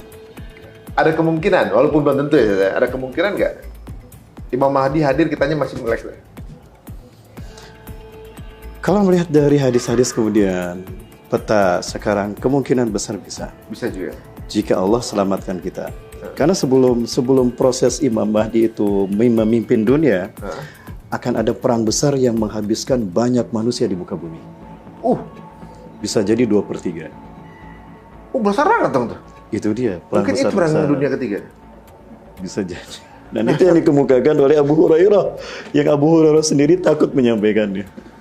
Kalau nanti tadi Ustaz bilang bahwa akan terjadi perang di akhir itu tanpa teknologi dan bangkitnya lagi kejayaan Islam, itu bentuk hilangnya gimana, Ustaz? Gimana? Akan tanpa teknologi perang terakhir gitu kan. Tentunya juga ada berbagai asumsi, bisa aja mungkin ada meteor jatuh, listrik mati semua. Hilangnya teknologi. Hilangnya teknologi. Atau juga mungkin ada yang memiliki sumber daya energi listriknya dihabiskan gitu. Iya. Ada satu karakter ketika Al-Quran dan hadis mengangkat satu topik, ini menjadi stimulus untuk kita berpikir lebih jauh lagi, termasuk dalam hal ini. Rasulullah SAW pernah bersabda begini, "Sayati alaikum lailun tulu kasarasati layalin." Akan datang pada kalian satu malam yang panjangnya sama dengan 3 malam. Ya, di mana matahari yang biasa terbit di timur itu tertahan. Tidak terbit. Kata Allah, diam kamu. Karena matahari tidak akan terbit kecuali atas izin Allah. Maka 2 kali tidak diizinkan. Yang ketiga, terbitlah kalian kamu dari barat. Itu hadisnya seperti itu. Ada sebuah berita, tapi sekali lagi ini masih debatable ya. Artinya perlu kita dikaji lagi. Ada seorang awak NASA yang bernama Dr. Dmitry Bolikov. Dia menemukan sebuah teori yang mengatakan bahwa in the future the world will be in the darkness all out without sun in 3 days. Suatu saat nanti bumi akan ada dalam kegelapan 3 hari tanpa matahari. Dia cari agama yang menjelaskan tentang ini. Ada nggak? Ditemukanlah Islam. Ahli hadis di negaranya. Dia masuk Islam gara-gara itu. Gara-gara itu. Nah, logikanya gimana? Bisa kok matahari terbit dari barat? Peristiwa inilah yang mengakibatkan hilangnya teknologi. Asumsinya begini. Meteor di luar bumi kan banyak sekali. Bisa ribuan setiap hari ya. Ada yang kecil, ada yang besar. Nah, pernah rame dan ini kemudian dibungkam, di-ban berita tentang Nibiru planet X. Nibiru ya. Akan menghantam bumi. Akan menghantam bumi. Ada banyak teori. Saya bagi 2, teori Jepang dan teori Eropa. Yang teori Jepang dari sisi logika dan nalar Quran hadis itu nggak nyambung. Kecil dan nabrak lurus. Itu bumi akan terbakar semua. Kan ada kebangkitan Islam setelah itu. Oh, berarti tidak. Yang menarik apa yang dikatakan oleh NASA. Jadi benda ini, planet X ini, Nibiru ini, volumenya lebih besar dari bumi. Dan dia tidak nabrak bumi. Tetapi dia hanya mendekat saja lewat, tapi jaraknya mendekat. Nah, pertama Bin, dari sisi sains, bumi ini kan dia ada dalam orbit dengan berevolusi terhadap matahari sebagaimana 7 planet yang lain. Ada Merkurius, Venus, Mars, Jupiter, sampai Neptunus. Pluto sudah dieliminasi. Nah, terjadinya orbit karena memang seimbang antara planet dengan matahari. Karena gravitasinya kan seimbang. Kayak orang tarik tambang nggak diem kan, tapi dia berputar begitu. Nah, ketika benda langit Nibiru ini datang, dia tidak nabrak, tapi dia mendekat. Karena volumenya lebih besar dari bumi, maka bumi terkena imbasnya apa? Magnet bumi tertarik oleh magnet ini. Sehingga bumi pertama akan banyak gempa. Kayak orang tarik tambang kan tidak begini. Tapi wah begitu kan. Nah, akan terjadi kurut dan itu akan mengakibatkan bencana. Akan ada lipatan dan patahan. Kata Rasulullah akan banyak terjadi banyak gempa. Kemudian bumi tidak tertarik begini. Kan terikat dengan gravitasi matahari. Tapi posisinya bergeser. Pergeseran ini akan mengakibatkan perpanjangan waktu, malam bertambah panjang, siang bertambah panjang. Kata Rasul, 3 hari akan datang 1 malam yang panjangnya sama dengan akan datang 1 malam yang panjangnya sama dengan 3 malam. Bisa jadi pergeseran ini karena tertarik oleh benda langit ini. Dan bukan hanya begini, tapi juga begini. Proses ini akan mengakibatkan barat pindah ke timur, timur pindah ke barat.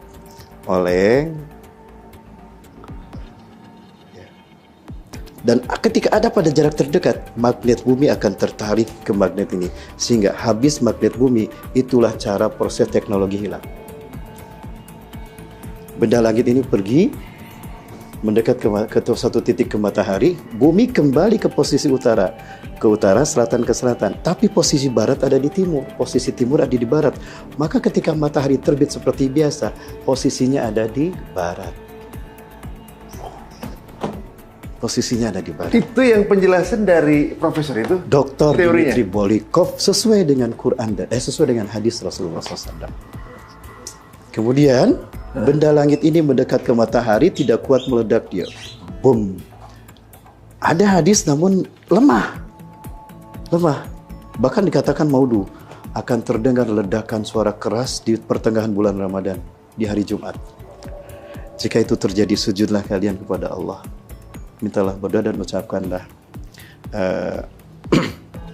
Subuhun kudusun rabbuna wa rabbul malaikat. Bisa jadi saat itu adalah kalian akan habis dari muka bumi, atau saat-saat terakhir kalian di muka bumi. Peristiwa itu akan menimbulkan adanya asap yang kemudian menutup bumi 40 hari 40 malam. Itulah duhan.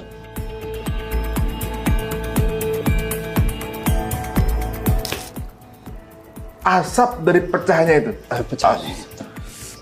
Nyambungkan sains dengan 10 tanda besar kiamat. Dan ketika tanda besar kiamat satu muncul, yang berikutnya cepat sekali. Seperti tasbih yang putus, blur. Artinya masanya sangat cepat. Sebelum yang 10 ini muncul, Imam Mahdi dulu muncul. Artinya ada gejolak politik dunia muncul. Sekarang dunia sudah bergejolak kan dengan peristiwa-peristiwa besar ini. Yang dibilang seperti tasbih itu ada di hadis. Hadis Rasul.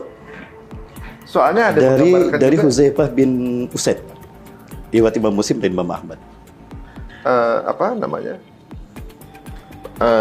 Planet-planet itu berpada porosnya itu seperti planet kayak ditaliin kan. Betul. Jadi kalau tasbih itu tuh seperti planet-planet itu kayak keluar dari orbitnya gitu. Lepas dari orbitnya dan bertabrakan. Kalau bertabrakan berarti menjadi satu. Teori Big Bang. Tadinya kan satu, pecahnya tidak kemana-mana, tapi pecahnya begini. Sehingga alam semesta itu seperti tanduk dari cahaya. Itu kata Rasulullah. Dan NASA menemukan alam semesta kita seperti tanduk. Ujungnya lah yang disebut dengan Sidratul Muntaha. Sidroh terminal, muntaha penghabisan. Jadi ujung alam semesta. Di situ Rasulullah berhadap kepada Allah. Dari situlah konsep segitiga menjadi simbol Tuhan. Dari satu titik menyebar menjadi kehidupan alam semesta kembali kepada Allah. Innalillahi wa inna ilaihi raji'un. Makanya segitiga menjadi simbol Tuhan di zaman. Jadi ibaratnya kalau kita lihat waduh, makin seru nih. Kalau Big Bang Theory itu explode, bisa jadi implode ya. Yang luar jadi gitu ya. Allah satukan kembali dunia, alam semesta. Allah lipat, itu hadisnya begitu. Allah lipat menjadi 3 lipatan. Jadi satu lagi. Berarti teori kiamat itu implode juga bisa jadi benar dong tuh. Ada yang bilang gitu. Kita kan dulu di Big Bangin kembali lagi. Dan katanya pergerakan melebarnya nggak berhenti, sebenarnya masih berjalan sampai sekarang katanya. Berjalan, tapi melambat, ada perlambatan. Untuk kemudian balik lagi. Lama-lama akan balik. Balik lagi. Untuk sebagian mungkin ada yang balik ketika daya lemparannya kecil. Yang besar mungkin masih bergerak jauh. Tapi pada akhirnya akan kembali kepada Allah sebenarnya kan. Innalillahi wa inna ilaihi raji'un. Segitiga ini siap belum? Saat itu bisa jadi juga, mungkin juga saat ketiga harinya itu gara-gara ketutupan planet Nibiru lebih besar nih. Kan cahaya matahari juga ketutupan tuh. Bisa jadi efeknya bisa jadi seperti proses begininya dalam keadaan lagi ditutupin gitu kan? Ya, bisa jadi. Ya itu tadi dia akan terjadi perpanjangan waktu. Tapi bayangin ada planet besar di dekat bumi itu ngeri juga ya. Gerhana bisa jadi karena gerhana juga. Ya, tapi intinya ketika mendekat terjadi induksi magnetik bumi dan bumi tertarik magnetnya kan, sehingga bumi kehilangan teknologi. Masuk akal. Ibaratnya itu sangat logis menurut saya. Kartu ATM-nya deketin magnet aja rusak. Nah, ini apa namanya? Bumi dengan bumi ya. Aduh, Masya Allah. Nah, terjadi itu. Nah, setelah itu baru munculnya Dajjal. Nah, jadi kemungkinan matahari terbit duluan karena terjadi kaitannya dengan korelasinya dengan hilangnya teknologi. Nah, ketika manusia kehilangan teknologi, sementara teknologi kan ruh manusia ya. Sepertiga ruh manusia ada pada teknologi. Sehingga ketika teknologi hilang, mereka seperti kehilangan ruh. Nah, di saat itulah Dajjal muncul dengan sihirnya menggantikan teknologi yang hilang. Jadi manusia kata Rasulullah bukannya lari dari Dajjal, tapi menghampiri Dajjal karena ingin mendapatkan sepertiga ruh yang hilang tadi. Teknologi. Dan yang paling banyak tertarik adalah kaum wanita. Waduh. Kan main TikTok banyakan cewek loh. Hati-hati nih. aduh. Ini banyak hal yang nggak tahu ya. Kata Allah mungkin ada beberapa yang match ya dari yang mungkin ilmu saya masih sedikit gitu. Tapi ketika bumi itu kemudian sangat terpengaruh dengan magnet yang ada itu, belum lama memang ada satu teori yang mengatakan kebenaran Quran lagi saat orang bilang kan besi itu orang dapat dari dalam bumi. Tapi ternyata ilmuwan bilang bahwa besi itu bukan dari bumi. Dari luar angkasa. Dari luar. Yang cocok dengan Al-Hadid tuh saya kalau nggak salah. Al-Hadid. Yang diturunkannya besi gitu. Nah, betul. Surat Al-Hadid. Jika itu kemudian besi, kemudian yang bentuknya seperti planet itu masuk melebur dengan bumi.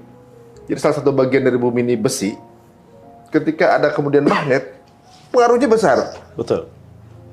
Induksi magnetik. Nah, ini itu kuasa Allah. Jadi mengetahui ini bukan kemudian tiba-tiba kita jadi kayak semacam, wah kiamat ini enggak, tapi kita menyiapkan diri. Waktu ini makin mendekat nih kan gitu. Iya. Waduh, ini kayaknya makin ke sana makin menarik nih ya. Jadi kayak teman-teman kalau kita dengar begini, kita tuh mestinya salut juga sama bangsa Palestina ya. Informasi mungkin sampai ke mereka lebih sedikit, tapi keimanannya lebih kuat gitu. Betul. Dan Rasulullah mengatakan itu, sebaik-baik manusia di akhir zaman adalah mereka yang mempertahankan iman mereka di bumi hijrahnya Nabi Ibrahim salam. Dan hijrahnya Nabi Ibrahim itu Al-Khalil, Hebron, Palestina. Memang sudah dibilang itu. Rasulullah yang mengatakan demikian. Kenapa mereka bertahan di situ? Wiri, kita berangkat dari hadis Rasulullah terkait dengan Nabi Adam. Abu Zar bertanya pada Rasulullah SAW, ya Rasulullah, ayul masjid dibunya fil alam awadan. Ya Rasulullah, masjid apa yang dibangun dibangun pertama kali di dunia, di muka bumi? Masjidil Haram. Semua ayun asal kemudian masjid apa? Masjidil Aqsa. Berapa jarak pembangunannya? 40 tahun. Dan cuma masjid itu yang dibangun Nabi Adam setahu saya. Nabi Adam dibantu malaikat Jibril membangun Masjidil Haram sebagai nol peradaban. Dan titik akhir peradaban Masjidil Aqsa, Palestina. Nah, kenapa Palestina dipertahankan oleh orang-orang Palestina? Karena mereka ingin mempertahankan peradaban manusia. Dan fakta hari ini kita melihat bahwa Zionis Yahudi ini bukan musuh umat Islam, tapi musuh peradaban manusia. Karena yang mereka bantai adalah manusia. Bukan hanya umat Islam kan dibantai, orang Kristen juga dibantai. Orang Yahudi juga disiksa, yang pro-Palestina, Yahudi Spardim kan. Naturyakarta dibantai juga oleh mereka, orang Yahudi Ortodok. Artinya Yahudi Zionis ini musuh peradaban manusia. Nah, siapa sebetulnya musuh peradaban manusia? Iblis dan Dajjal itu tadi. Nah, sekarang justru mulai terungkap siapa mereka. Tapi justru orang-orang luar yang melihat ini, Ustaz. Mereka kenapa kemudian non-muslim mereka gitu ya, orang-orang Eropa, luar negeri gitu. Kenapa mereka membela Palestina? Katanya kalau kita mengokekan atau menormalisasi apa yang dilakukan oleh Yahudi, maka mereka akan melakukan dengan bangsa yang lain. Jadi, bukan hanya musuhnya orang Palestina, tapi Yahudi adalah musuhnya peradaban manusia. Dia bilang begitu. Loh, kok yang kita tahu orang malah non-muslim? Orang Islam udah dikasih tahu dari dulu, nggak ngebaca itu gitu kan. Ya Allah, ya Rabb. Ini banyak korelasi ya teman-teman semuanya. Jadi memang sudah kode-kode ini udah lokasi, kita baca atau enggak? Betul. Tapi apakah bangsa Palestina memang dia yakin sebagai bangsa yang terpilih, makanya ada di sana? Yakin, karena ulama-ulama mereka mengatakan demikian. Ulama-ulama. Tapi kan apakah nanti ada kemuliaan yang berbeda, misalnya apakah mereka nanti akan tetap sama seperti kita akan dihisab dulu atau tidak? Mereka dihisabnya sudah di dunia. Walaupun memang nanti diperlihatkan. Mereka diperlihatkan, ini loh dosa kamu. Ahli surga kan nanti bukan berarti orang yang tidak punya dosa ya. Ahli surga itu justru orang yang punya dosa kemudian bertobat dengan taubatan nasuha. Coba kita lihat ayatnya tuh. A'udzubillahi minasyaitonir rajim. A'udzubillahi minasyaitonir rajim.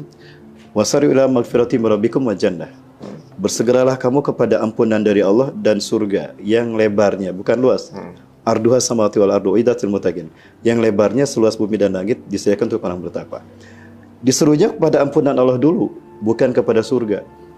Artinya apa? Surga bukan diperuntukkan bagi orang yang tidak punya dosa. Tapi orang yang punya dosa, kemudian dia bertobat dengan taubatan nasuha, ya Allah sediakan bagi mereka. Makanya kata Rasulullah SAW, Allah berfirman, ya ibn Adam, laulam tazlumu ladahaballahu bikum. Hai anak cucu Adam, jika kalian tidak punya dosa, Allah habiskan kalian. Sumayati bi khalqin jadid, lalu Allah mendatangkan makhluk yang buruk, fayaznubuna wa yastaghfirullah wa yaghfirullahu lahum. Lalu Allah datangkan makhluk yang baru, lalu mereka berbuat dosa, mereka bertobat. Allah ampuni mereka. Itulah manusia yang hebat. Nah, artinya bahwa orang-orang Palestina ini adalah orang-orang yang Allah cintai, sehingga Allah tidak berharap mereka menderita di akhirat. Jadi mereka dihabiskan dulu salah mereka dengan penderitaan mereka di dunia. Itu ada juga itu? Itu hadisnya demikian. Apa aja cirinya? Rasulullah bersabda, ummati hadi ummatun marhumatun. Umatku ini adalah umat yang Allah rahmati. Laisa laha iqabun fil akhirah. Umatku tidak akan disiksa di akhirat.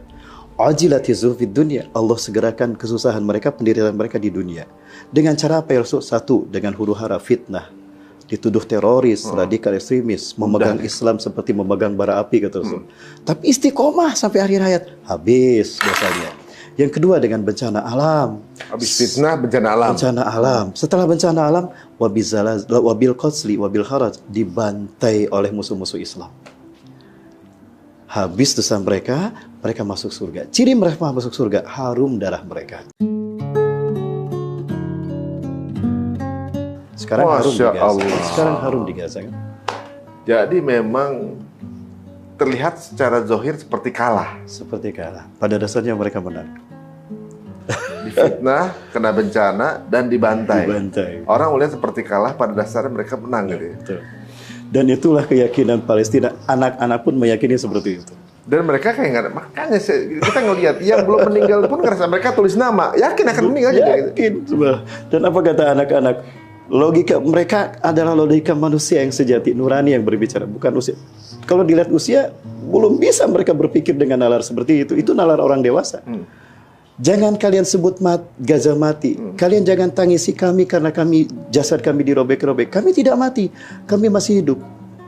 Yang mati itulah tuh bangsa Arab yang diam saja. Mereka tidak mau membantu Islam di Palestina. Bukan kaminya Islam di Palestina. Mereka masih hidup tapi jiwa mereka sudah mati. Iya. Luar biasa. Waduh. Jadi kayak kita gini, kalau hidup kita enak di dunia, hati-hati koreksi loh. Jangan-jangan dibayar di sana penderitaan kita nih. Ya minimal ya teman-teman, kita bantu speak up ya. Jadi dosa kita tuh yang mesti dibakar di dunia itu siapa tahu kebayar kan ya. Amin. Dengan kita membela Palestina. Kita juga diuji dengan yang pertama, dengan fitnah. Sekarang kan ulama-ulama yang berkata benar ditangkap di penjara. Nah, itu sebetulnya bagian nomor 1. Ya, saya juga kena fitnah saat cara di beredar itu ya. Itu dia. Siapapun pasti yang membela hak pasti seperti itu. Oh, jadi mestinya kita juga jangan resah ya karena sudah ada. Jadi. Justru harusnya kita senang. Kenapa? Allah sedang menguji kita. Nah, karena kata Rasulullah begini. Saya ala nasi zaman ini hadis dari Anas bin Malik. Di dalam kitab Nasihatul Ibad karya Ibnu Hajar Asqalani rahimahullah. Akan datang pada umatku satu masa, orang-orang yang berpegang teguh kepada agamanya. Orang-orang yang berpegang teguh pada prinsip kebenaran, akal sehat dan tunani, seperti memegang bara api. Ada kayu sedang merah membara, kita pegang panas kan. Itulah Islam. Kita amalkan, dituduh ekstremis, teroris, radikal, masjid dimata-matain, konser musik dihantar silakan. Seperti itu. Dan itulah sistem Dajjal. Kata Rasul, Dajjal akan datang, di mana di tangan kanannya ada air yang dia katakan surga, di tangan kirinya ada api yang dikatakan neraka. Padahal air yang dia katakan surga itu neraka kalian, jangan kau ambil. Api yang dikatakan neraka oleh Dajjal itu surga kalian, ambillah yang kalian lihat api di tangan kirinya, itulah surga kalian. Nah sekarang orang datang ke pengajian, itu ditakut-takutin, awas lo radikal, teroris. Tapi yang datang ke konser musik, apalagi sudah jelas-jelas LGBT, ada maksiatnya, orang dihantarkan. Itu seolah-olah surga, and comfortable, mereka merasa nyaman. Padahal itu neraka kalian. Dan kita tidak nyaman di masjid, apalagi ustaz akhir zaman yang penuh dengan itu misalnya, takut diintelin, ditangkap. Seperti itu masjid dan ini konsep seperti itu. Mengenai ini, Seth, kemarin tuh sempat ada kisi-kisi sedikit gitu, Seth ya, bahwa ya memang ya pertama kali dikenalkan Tuhan tentunya juga kan keturunan Nabi Adam ya, ibaratnya. Karena Nabi Adam sudah tahu Allah gitu tentunya. Kemudian keturunan semuanya itu memiliki sesembahan yang berbeda-beda. Root awalnya tentu dari menyembah Allah, mungkin bahas berbeda-beda mungkin cara pengungkapannya. Tapi di sepanjang perjalanan manusia kan namanya juga ilmunya kurang apa segala macam, suka melenceng gitu misalnya, kayak mungkin diturunkan Taurat, kemudian diturunkan Taurat di zaman itu dialah kitab yang tentunya juga menjadi petunjuk kepada Allah. Kemudian bergeser ke kitab berikutnya yang dulu memiliki ketuhanan yang sendiri gitu. Kemudian turun di Muslim sebagai Injil kan gitu. Ketika waktunya sudah kemudian bergeser lagi, yang dulu mengimani ini memiliki pakem kepercayaannya menurut kepercayaan dia masing-masing. Iya, masing-masing. Sekarang sudah masuk ke Islam, dan kemudian ada juga saya dapat pembahasan bahwa ada lagi yang berbeda gitu, dengan nama mirip bapaknya para nabi, Abi Ibrahim, dikenal juga dengan Abraham atau Brahmana. Kemudian dikenal Brahmana, gitu. Berbeda lagi gitu. Nah kemarin Ustadz menyinggung ada salah satu nabi, kalau nggak salah Nabi Zulkifli, itu jadi pertanyaan viewers kita yang ternyata Nabi Zulkifli ini adalah sebuah sebutan. Ini gimana ceritanya, Ustaz? Iya. Di dalam bahasa Arab ada yang namanya kunyah. Kunyah itu sebutan, bukan nama asli, dan itu dikaitkan dengan sesuatu yang terkait dengan sosok itu. Apakah kebiasaan, apakah tempat, ataukah sesuatu artefak. Nah, termasuk kayak Zulkarnain ya.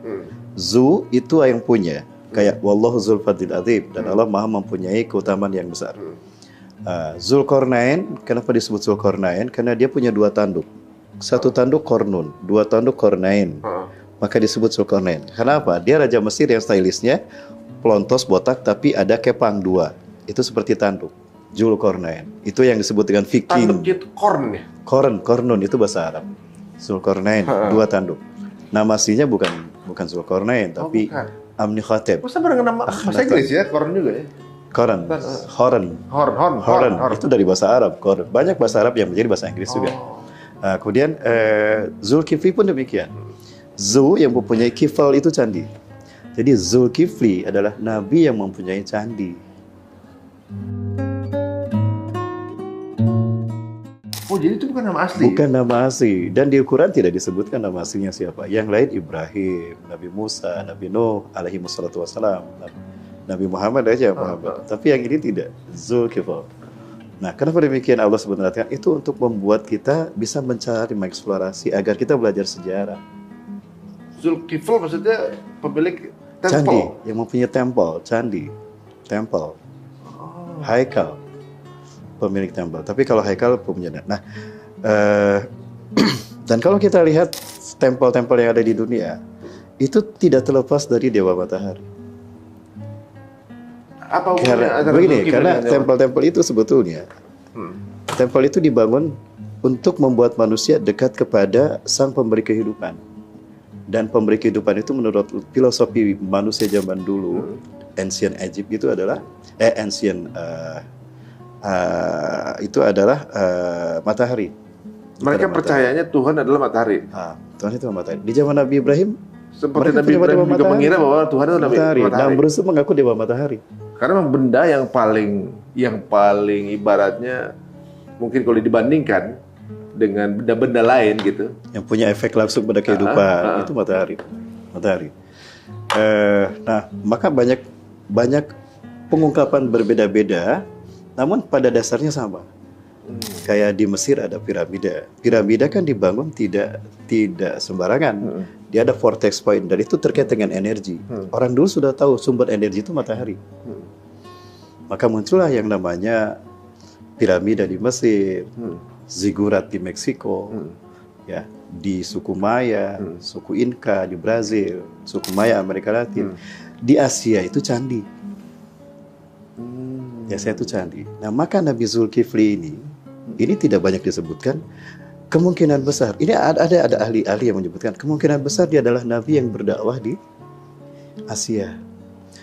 Nah, saya pernah bertemu dengan seorang mahasiswa sejarah di sebuah kampus ternama di Kota Bandung di Jawa Barat. Dia mengatakan, Ustadz, saya sedang melakukan penelitian bersama profesor saya. Penelitian ini terkait dengan Nabi Siddhartha Gautama.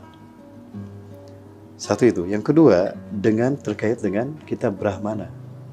Di dalam kitab Brahmana ada sesuatu yang manuskrip yang tulisannya itu mengarah kepada akan munculnya cahaya dari timur dan dialah yang akan menerangi dunia, membawa kepada kedamaian dunia di muka bumi yang mengembalikan manusia pada makom kemanusiaannya. Mirip dong. Nah, yang kedua, Siddhartha Gautama ini ya adalah nabi yang terkait memang dengan dengan akhlak seperti itu. Nah, ada yang mengatakan dia adalah seorang nabi. Ya. Karena dalam kitab yang pernah dia tulis, kitab itu pun dia menyebutkan bahwa akan ada nanti dari timur seorang laki-laki yang bernama Ahmad. Dia akan membawa cahaya bagi umat manusia di dunia sehingga kegelapan itu tersingkap dengan kedatangan dan dengan wahyu yang dibawanya.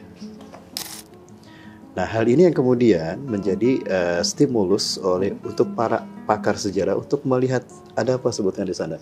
Nyambunglah kepada pendapat bahwa Zulkifli itu adalah nabi yang memang berdakwah di lingkungan Asia, yang itu terkait dengan banyak candi. Yang intinya membuat orang berubah dari keyakinan candi kepada Dewa Matahari menjadi keyakinan kepada Allah Tuhan yang satu tadi. Nah, maka muncul berbagai macam teori sejarah kan. Ada Solomon dengan Sleman, Wonosobo, hutan Ratu Sabah. Tapi sekali lagi ini merupakan satu perjalanan panjang untuk memahaminya, kan akan banyak step by step yang harus kita lalui dalam pengkajian literatur. Jadi perlu kita bahas itu.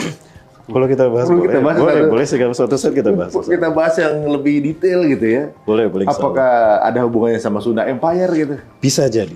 Bisa jadi. Bisa jadi. Aduh, kayaknya ini menarik juga. Bisa jadi. Bisa jadi. Itu ada keterkaitan ya Ustaz? Ada, dan ini sudah di cross check oleh seorang pakar sejarah di Jawa Barat.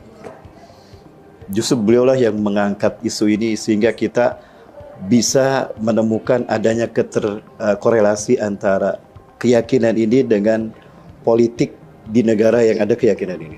Jadi ada sisi politik konspirasinya. Apa hubungannya bisa Sunda dengan penyembahan itu, ada hubungannya, Bang?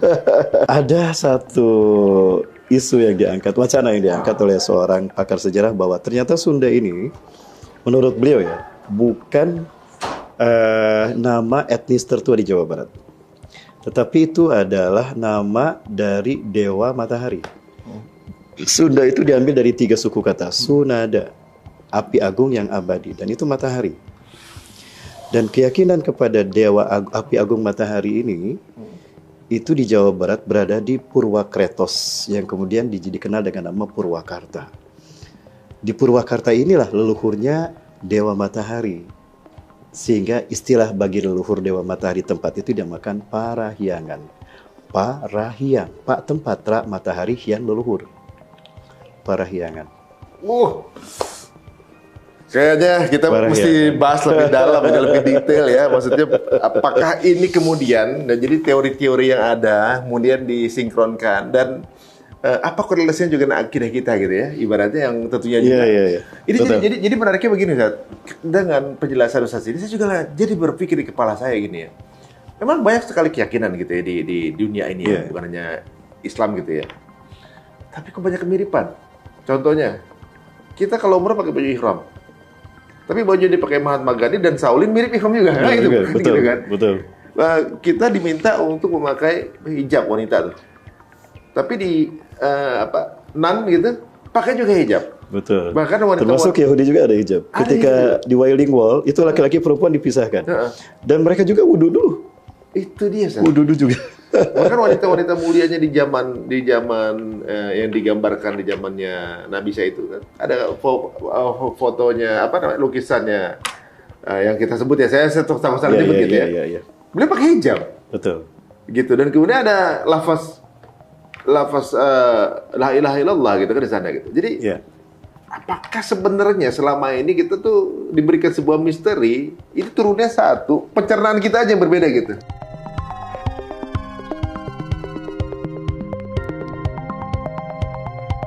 Mending ya kalau ada nabi, sehingga kebenaran itu bisa diperlihatkan seterang mungkin. Tapi setelah tidak ada nabi, sementara fitnah-fitnah itu masih eksis, bagaimana kita bisa memahaminya?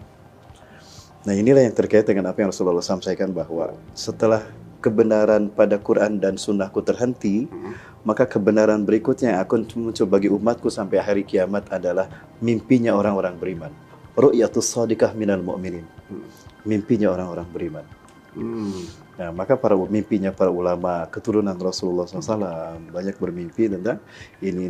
Nah, itu bisa menjadi clue bagi kita untuk menemukan kebenaran yang sesungguhnya untuk kita perjuangkan. Maka munculnya tokoh-tokoh yang fenomenal karena mimpinya. Seperti sekarang Imam Mahdi. Ada sosok dikaitkan Imam Mahdi ini kepada Muhammad Qasim kayak gitu. Nah, hal-hal semacam ini juga ini bisa menjadi bagi kita clue untuk kita memahami hal-hal yang selama ini menjadi misteri. Termasuk tentang Sunda Empire dan sebagainya. Itu juga bisa menjadi bagian. Yang mana kalau ini kita kaji secara ilmiah, itu akan menuntun kita pada kebenaran yang sesungguhnya. Ujung-ujungnya akan kembali kepada kausa prima. Dan itu adalah Allah. Allah adalah I am. Pada akhirnya akan kepada Allah. Dan inilah hidayah yang Allah berikan bagi orang yang konsekuen dengan hati nuraninya, dengan akal sehatnya, dan dia berharap ingin menemukan kebenaran yang sesungguhnya. Dan itu janji Allah. Man jahada fina lanahdiyannahum subulana. Siapa yang sungguh-sungguh tentang kami di jalan kami, mencari kami, akan kami tunjukkan jalan menuju kepada kami, kata Allah. Seperti itu. Waduh, sebenarnya memang kita sebagai umat muslim jangan berhenti untuk mencari, maksudnya mencari tahu ya. Walaupun mungkin sifatnya orang muslim itu samina wa ta'na. Iya. Yang dikasih tahu ya kita dengerin, kita ikutin aja gitu. Tapi jangan sampai kita jadi berhenti mencari tahu. Misalnya Ustaz ya. Iya, misalnya gini, kita nggak boleh makan babi. Kita nurut aja nggak boleh makan babi gitu kan. Betul. Tapi kan orang di luar Islam ngerasa, kenapa nggak boleh makan babi? Diteliti sama dia. Tapi dapat ilmu pengetahuan lain mereka kan, ternyata memang banyak mudaratnya, ada cacingnya segala macam, ujungnya apa? Iya benar nggak boleh makan babi. Maksudnya kesimpulan akhir udah dikasih tahu. Nah, maksudnya kesimpulan akhir dikasih tahu. Cuma proses kesananya mereka butuh nyari dulu. Betul. Tapi ada keuntungan ilmu pengetahuan di sana kan gitu. Begitulah proses untuk lahirnya sebuah keyakinan akan kebenaran. Harus ada step by step kan. Yang pada akhirnya, oh iya benar. Nah itu lebih mudah untuk menjadi kuatnya keyakinan. Ketimbang sudah ditahu, kenapa ini, ya udah keyakinannya susah. Tapi justru dengan pencarian itu akan menjadi sebuah keyakinan. Begitulah cara Allah menuntun kita untuk mendapatkan hidayah. Ada hal lain yang kenapa babi diharamkan Allah, bukan hanya karena ada madorot seperti ada cacing pita, ada parasitnya, bukan. Apa itu? Konstruksi polipeptida DNA babi sama dengan DNA manusia. Memakan daging manusia haram. Babi. Berarti kayak kanibal dong? Sat, jadi banyak banget di topik ini dijanjiin saja. Kok bisa? Dan konstruksi polipeptida DNA babi dengan manusia sama. Ingat di zaman Nabi Musa AS, mereka yang maksiat telanjang di laut, Allah kutuk bukan hanya menjadi babi. Ketika Allah mengutuk seorang manusia karena perbuatan maksiat yang sudah berlebihan menjadi binatang, itu lebih dekat kepada babi dan kera. Karena konstruksi makanya DNA-nya sama dengan manusia. Nah ini nyambung nanti dengan filosofi tentang Pithecanthropus erectus, Homo sapiens. Kok fosil-fosilnya mirip manusia? Itu adalah manusia yang Allah kutuk menjadi kera. Mereka mengisolasi diri. Ya, kemudian Allah hukum mereka, tanah yang di atas dibalik. Mereka ditenggelamkan Allah, sehingga tanah yang di bawah yang jutaan tahun itu diajari di atas, seolah-olah mereka terkubur sebagai fosil jutaan tahun yang lalu. Padahal Allah balik sebetulnya. Oh, ya Allah. Jadi kalau kita pikir kan waktu itu kalau nggak salah kalau makan daging hewan ada sifat-sifat kehewanan yang masuk. Itu dia. Jadi kalau karena DNA-nya mirip dengan manusia, sesungguhnya itu manusia yang punya perilaku seperti hewan itu. Itu manusia yang berarti dikutuk. sifatnya bisa ikut masuk. Sifatnya ikut masuk. Apalagi teman-teman, babi itu adalah hewan satu-satunya hewan yang LGBT. Hewan yang nggak perlu lawan jenis saja. Ya. Dan itu efeknya akan terlihat setelah lama gitu, kayak evolusi. Nah LGBT dulu tidak rame sekarang, karena efeknya muncul belakangan ini akan meledak, bom. Makanya lebih banyak tumbuhnya di negara non-Muslim, walaupun di negara Muslim ada yang juga menghalalkan babi. Yang menghalalkan di negara yang menghalalkan babi karena banyak babi. Apalagi babi tuh makan segala hal kan. Betul. Kotoran dimakan, kencingnya diminum. Nanti kita juga menghalalkan segala cara tuh cari makan, gitu. Gitu Ustaz. Banyak hal ya, waduh. Sebenarnya luar biasa banget ya agama kita nih. Insya Allah mudah-mudahan dengan pencarian ini, bukan untuk menjauhkan kita dari Allah, tapi mudah-mudahan makin yakin ya Ustaz ya. Siap. Jadi kalau di sini mungkin jadi lebih, tadi perbicaraan kita yang singkat ini, besok di episode berikutnya kita akan bahas lebih detail lagi. Kalau saya secara pribadi, ibaratnya kita terdahulu perlu kita yakini memang benar saja. Betul. Walaupun ketika sudah berganti nabinya, maka sudah berpindah lagi kan. Taurat, kemudian berikutnya ke Quran gitu kan. Iya. Tapi agama para nabi satu sebetulnya. Satu sebenarnya. Yang Islam. hidup di zaman itulah agama sebenarnya. Yang berbeda itu syariatnya. Karena kata Rasulullah, kami para nabi, agama kami satu. Nahnu masyarul anbiya dinuna wahidun wa syara'i'una mukhtalifun. Dan syariat kami berbeda. Syariat berbeda mafi musila karena memang berbeda zaman. Karena syariat itu kompatibel. Dia menyesuaikan dengan masa, dengan situasi. Jangankan zaman dulu, sekarang aja ada mazhab yang berbeda, fikih yang berbeda, kan? Apalagi zaman dulu. Itu syariat. Tapi kalau akidah sama. Akidah Islam. tetap. Ya. Dan juga saya mohon maaf nih, saya meminta maaf kepada siapapun yang mungkin memiliki akidah dan keyakinan yang berbeda dengan kami. Ketika sedikit kami menginjami itu, bukan berarti kami mendiskreditkan, tidak. Tapi ini merupakan bagian yang memang di dalam Islam kami harus membahas itu, tanpa dengan maksud ingin kita mendiskreditkan keyakinan lainnya. Tidak, sama sekali kami minta maaf. Iya. Termasuk juga kepada budaya dan budaya keyakinan tentang etnis dan sebagainya. Kami juga ini hanya merupakan sebuah stimulus bagi kita untuk kita lebih banyak belajar, cari tahu ya. Karena suatu saat ini akan menjadi sebuah manfaat yang mungkin akan membuat kita bersatu dalam sebuah kebenaran yang sesungguhnya. Amin. Itu yang kita harapkan. Tapi Ustaz, kalau ada yang ingin diskusi sama Ustaz gitu, Boleh, silakan. Mau ya? Silakan. Saya terbuka sekali, saya terbuka. Dengan senang hati, insya Allah. Waduh, kalau gitu ibaratnya kalau kita punya handphone, guys, kita pasti pengen pakai yang firmware terakhir nih, update terakhir. Sama seperti zaman ini, yang paling update terakhir diturunkan Allah. Ini adalah yang paling cocok, insya Allah. Betul, insya Allah. Pasti, insya Allah. Dan itu menjadi inspirasi besar bagi para ilmuwan yang pada akhirnya mereka menemukan keyakinan yang sesungguhnya. Masya Allah. Bismillah, mudah-mudahan memberikan banyak hidayah. Siap, insya Allah. Dan amin, jangan kapok untuk kita undang lagi, Zat. Ini bukan hanya yang nonton kita, saya Sama-sama, juga penasaran. siap. Boleh. Benar ya, tapi mohon maaf kalau sebetulnya saya tidak banyak kekurangan ya.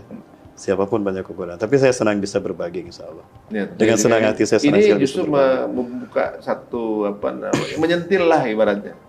Kita jadi kepengen tahu inilah yang mungkin nanti siapa tahu ada yang nonton kita punya pengetahuan yang lebih, kemudian mencari lebih dalam, betul, menyempurnakan apa yang sudah kemudian yang benar ini salah gini. Betul. Akan lebih kasanahnya lebih luas lagi gitu ya. Itulah pentingnya kita bersatu berjamaah ya. Bismillah, mudah-mudahan. Saling menguatkan. Jazakallah khairan Ustaz. Amin wa iyyakum, Allah yubarik fiik, hayakumullah.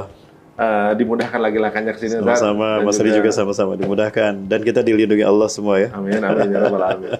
Terima kasih teman-teman semuanya. Jika dirasa menarik dan juga bermanfaat, monggo silakan di-share sebanyak-banyaknya dan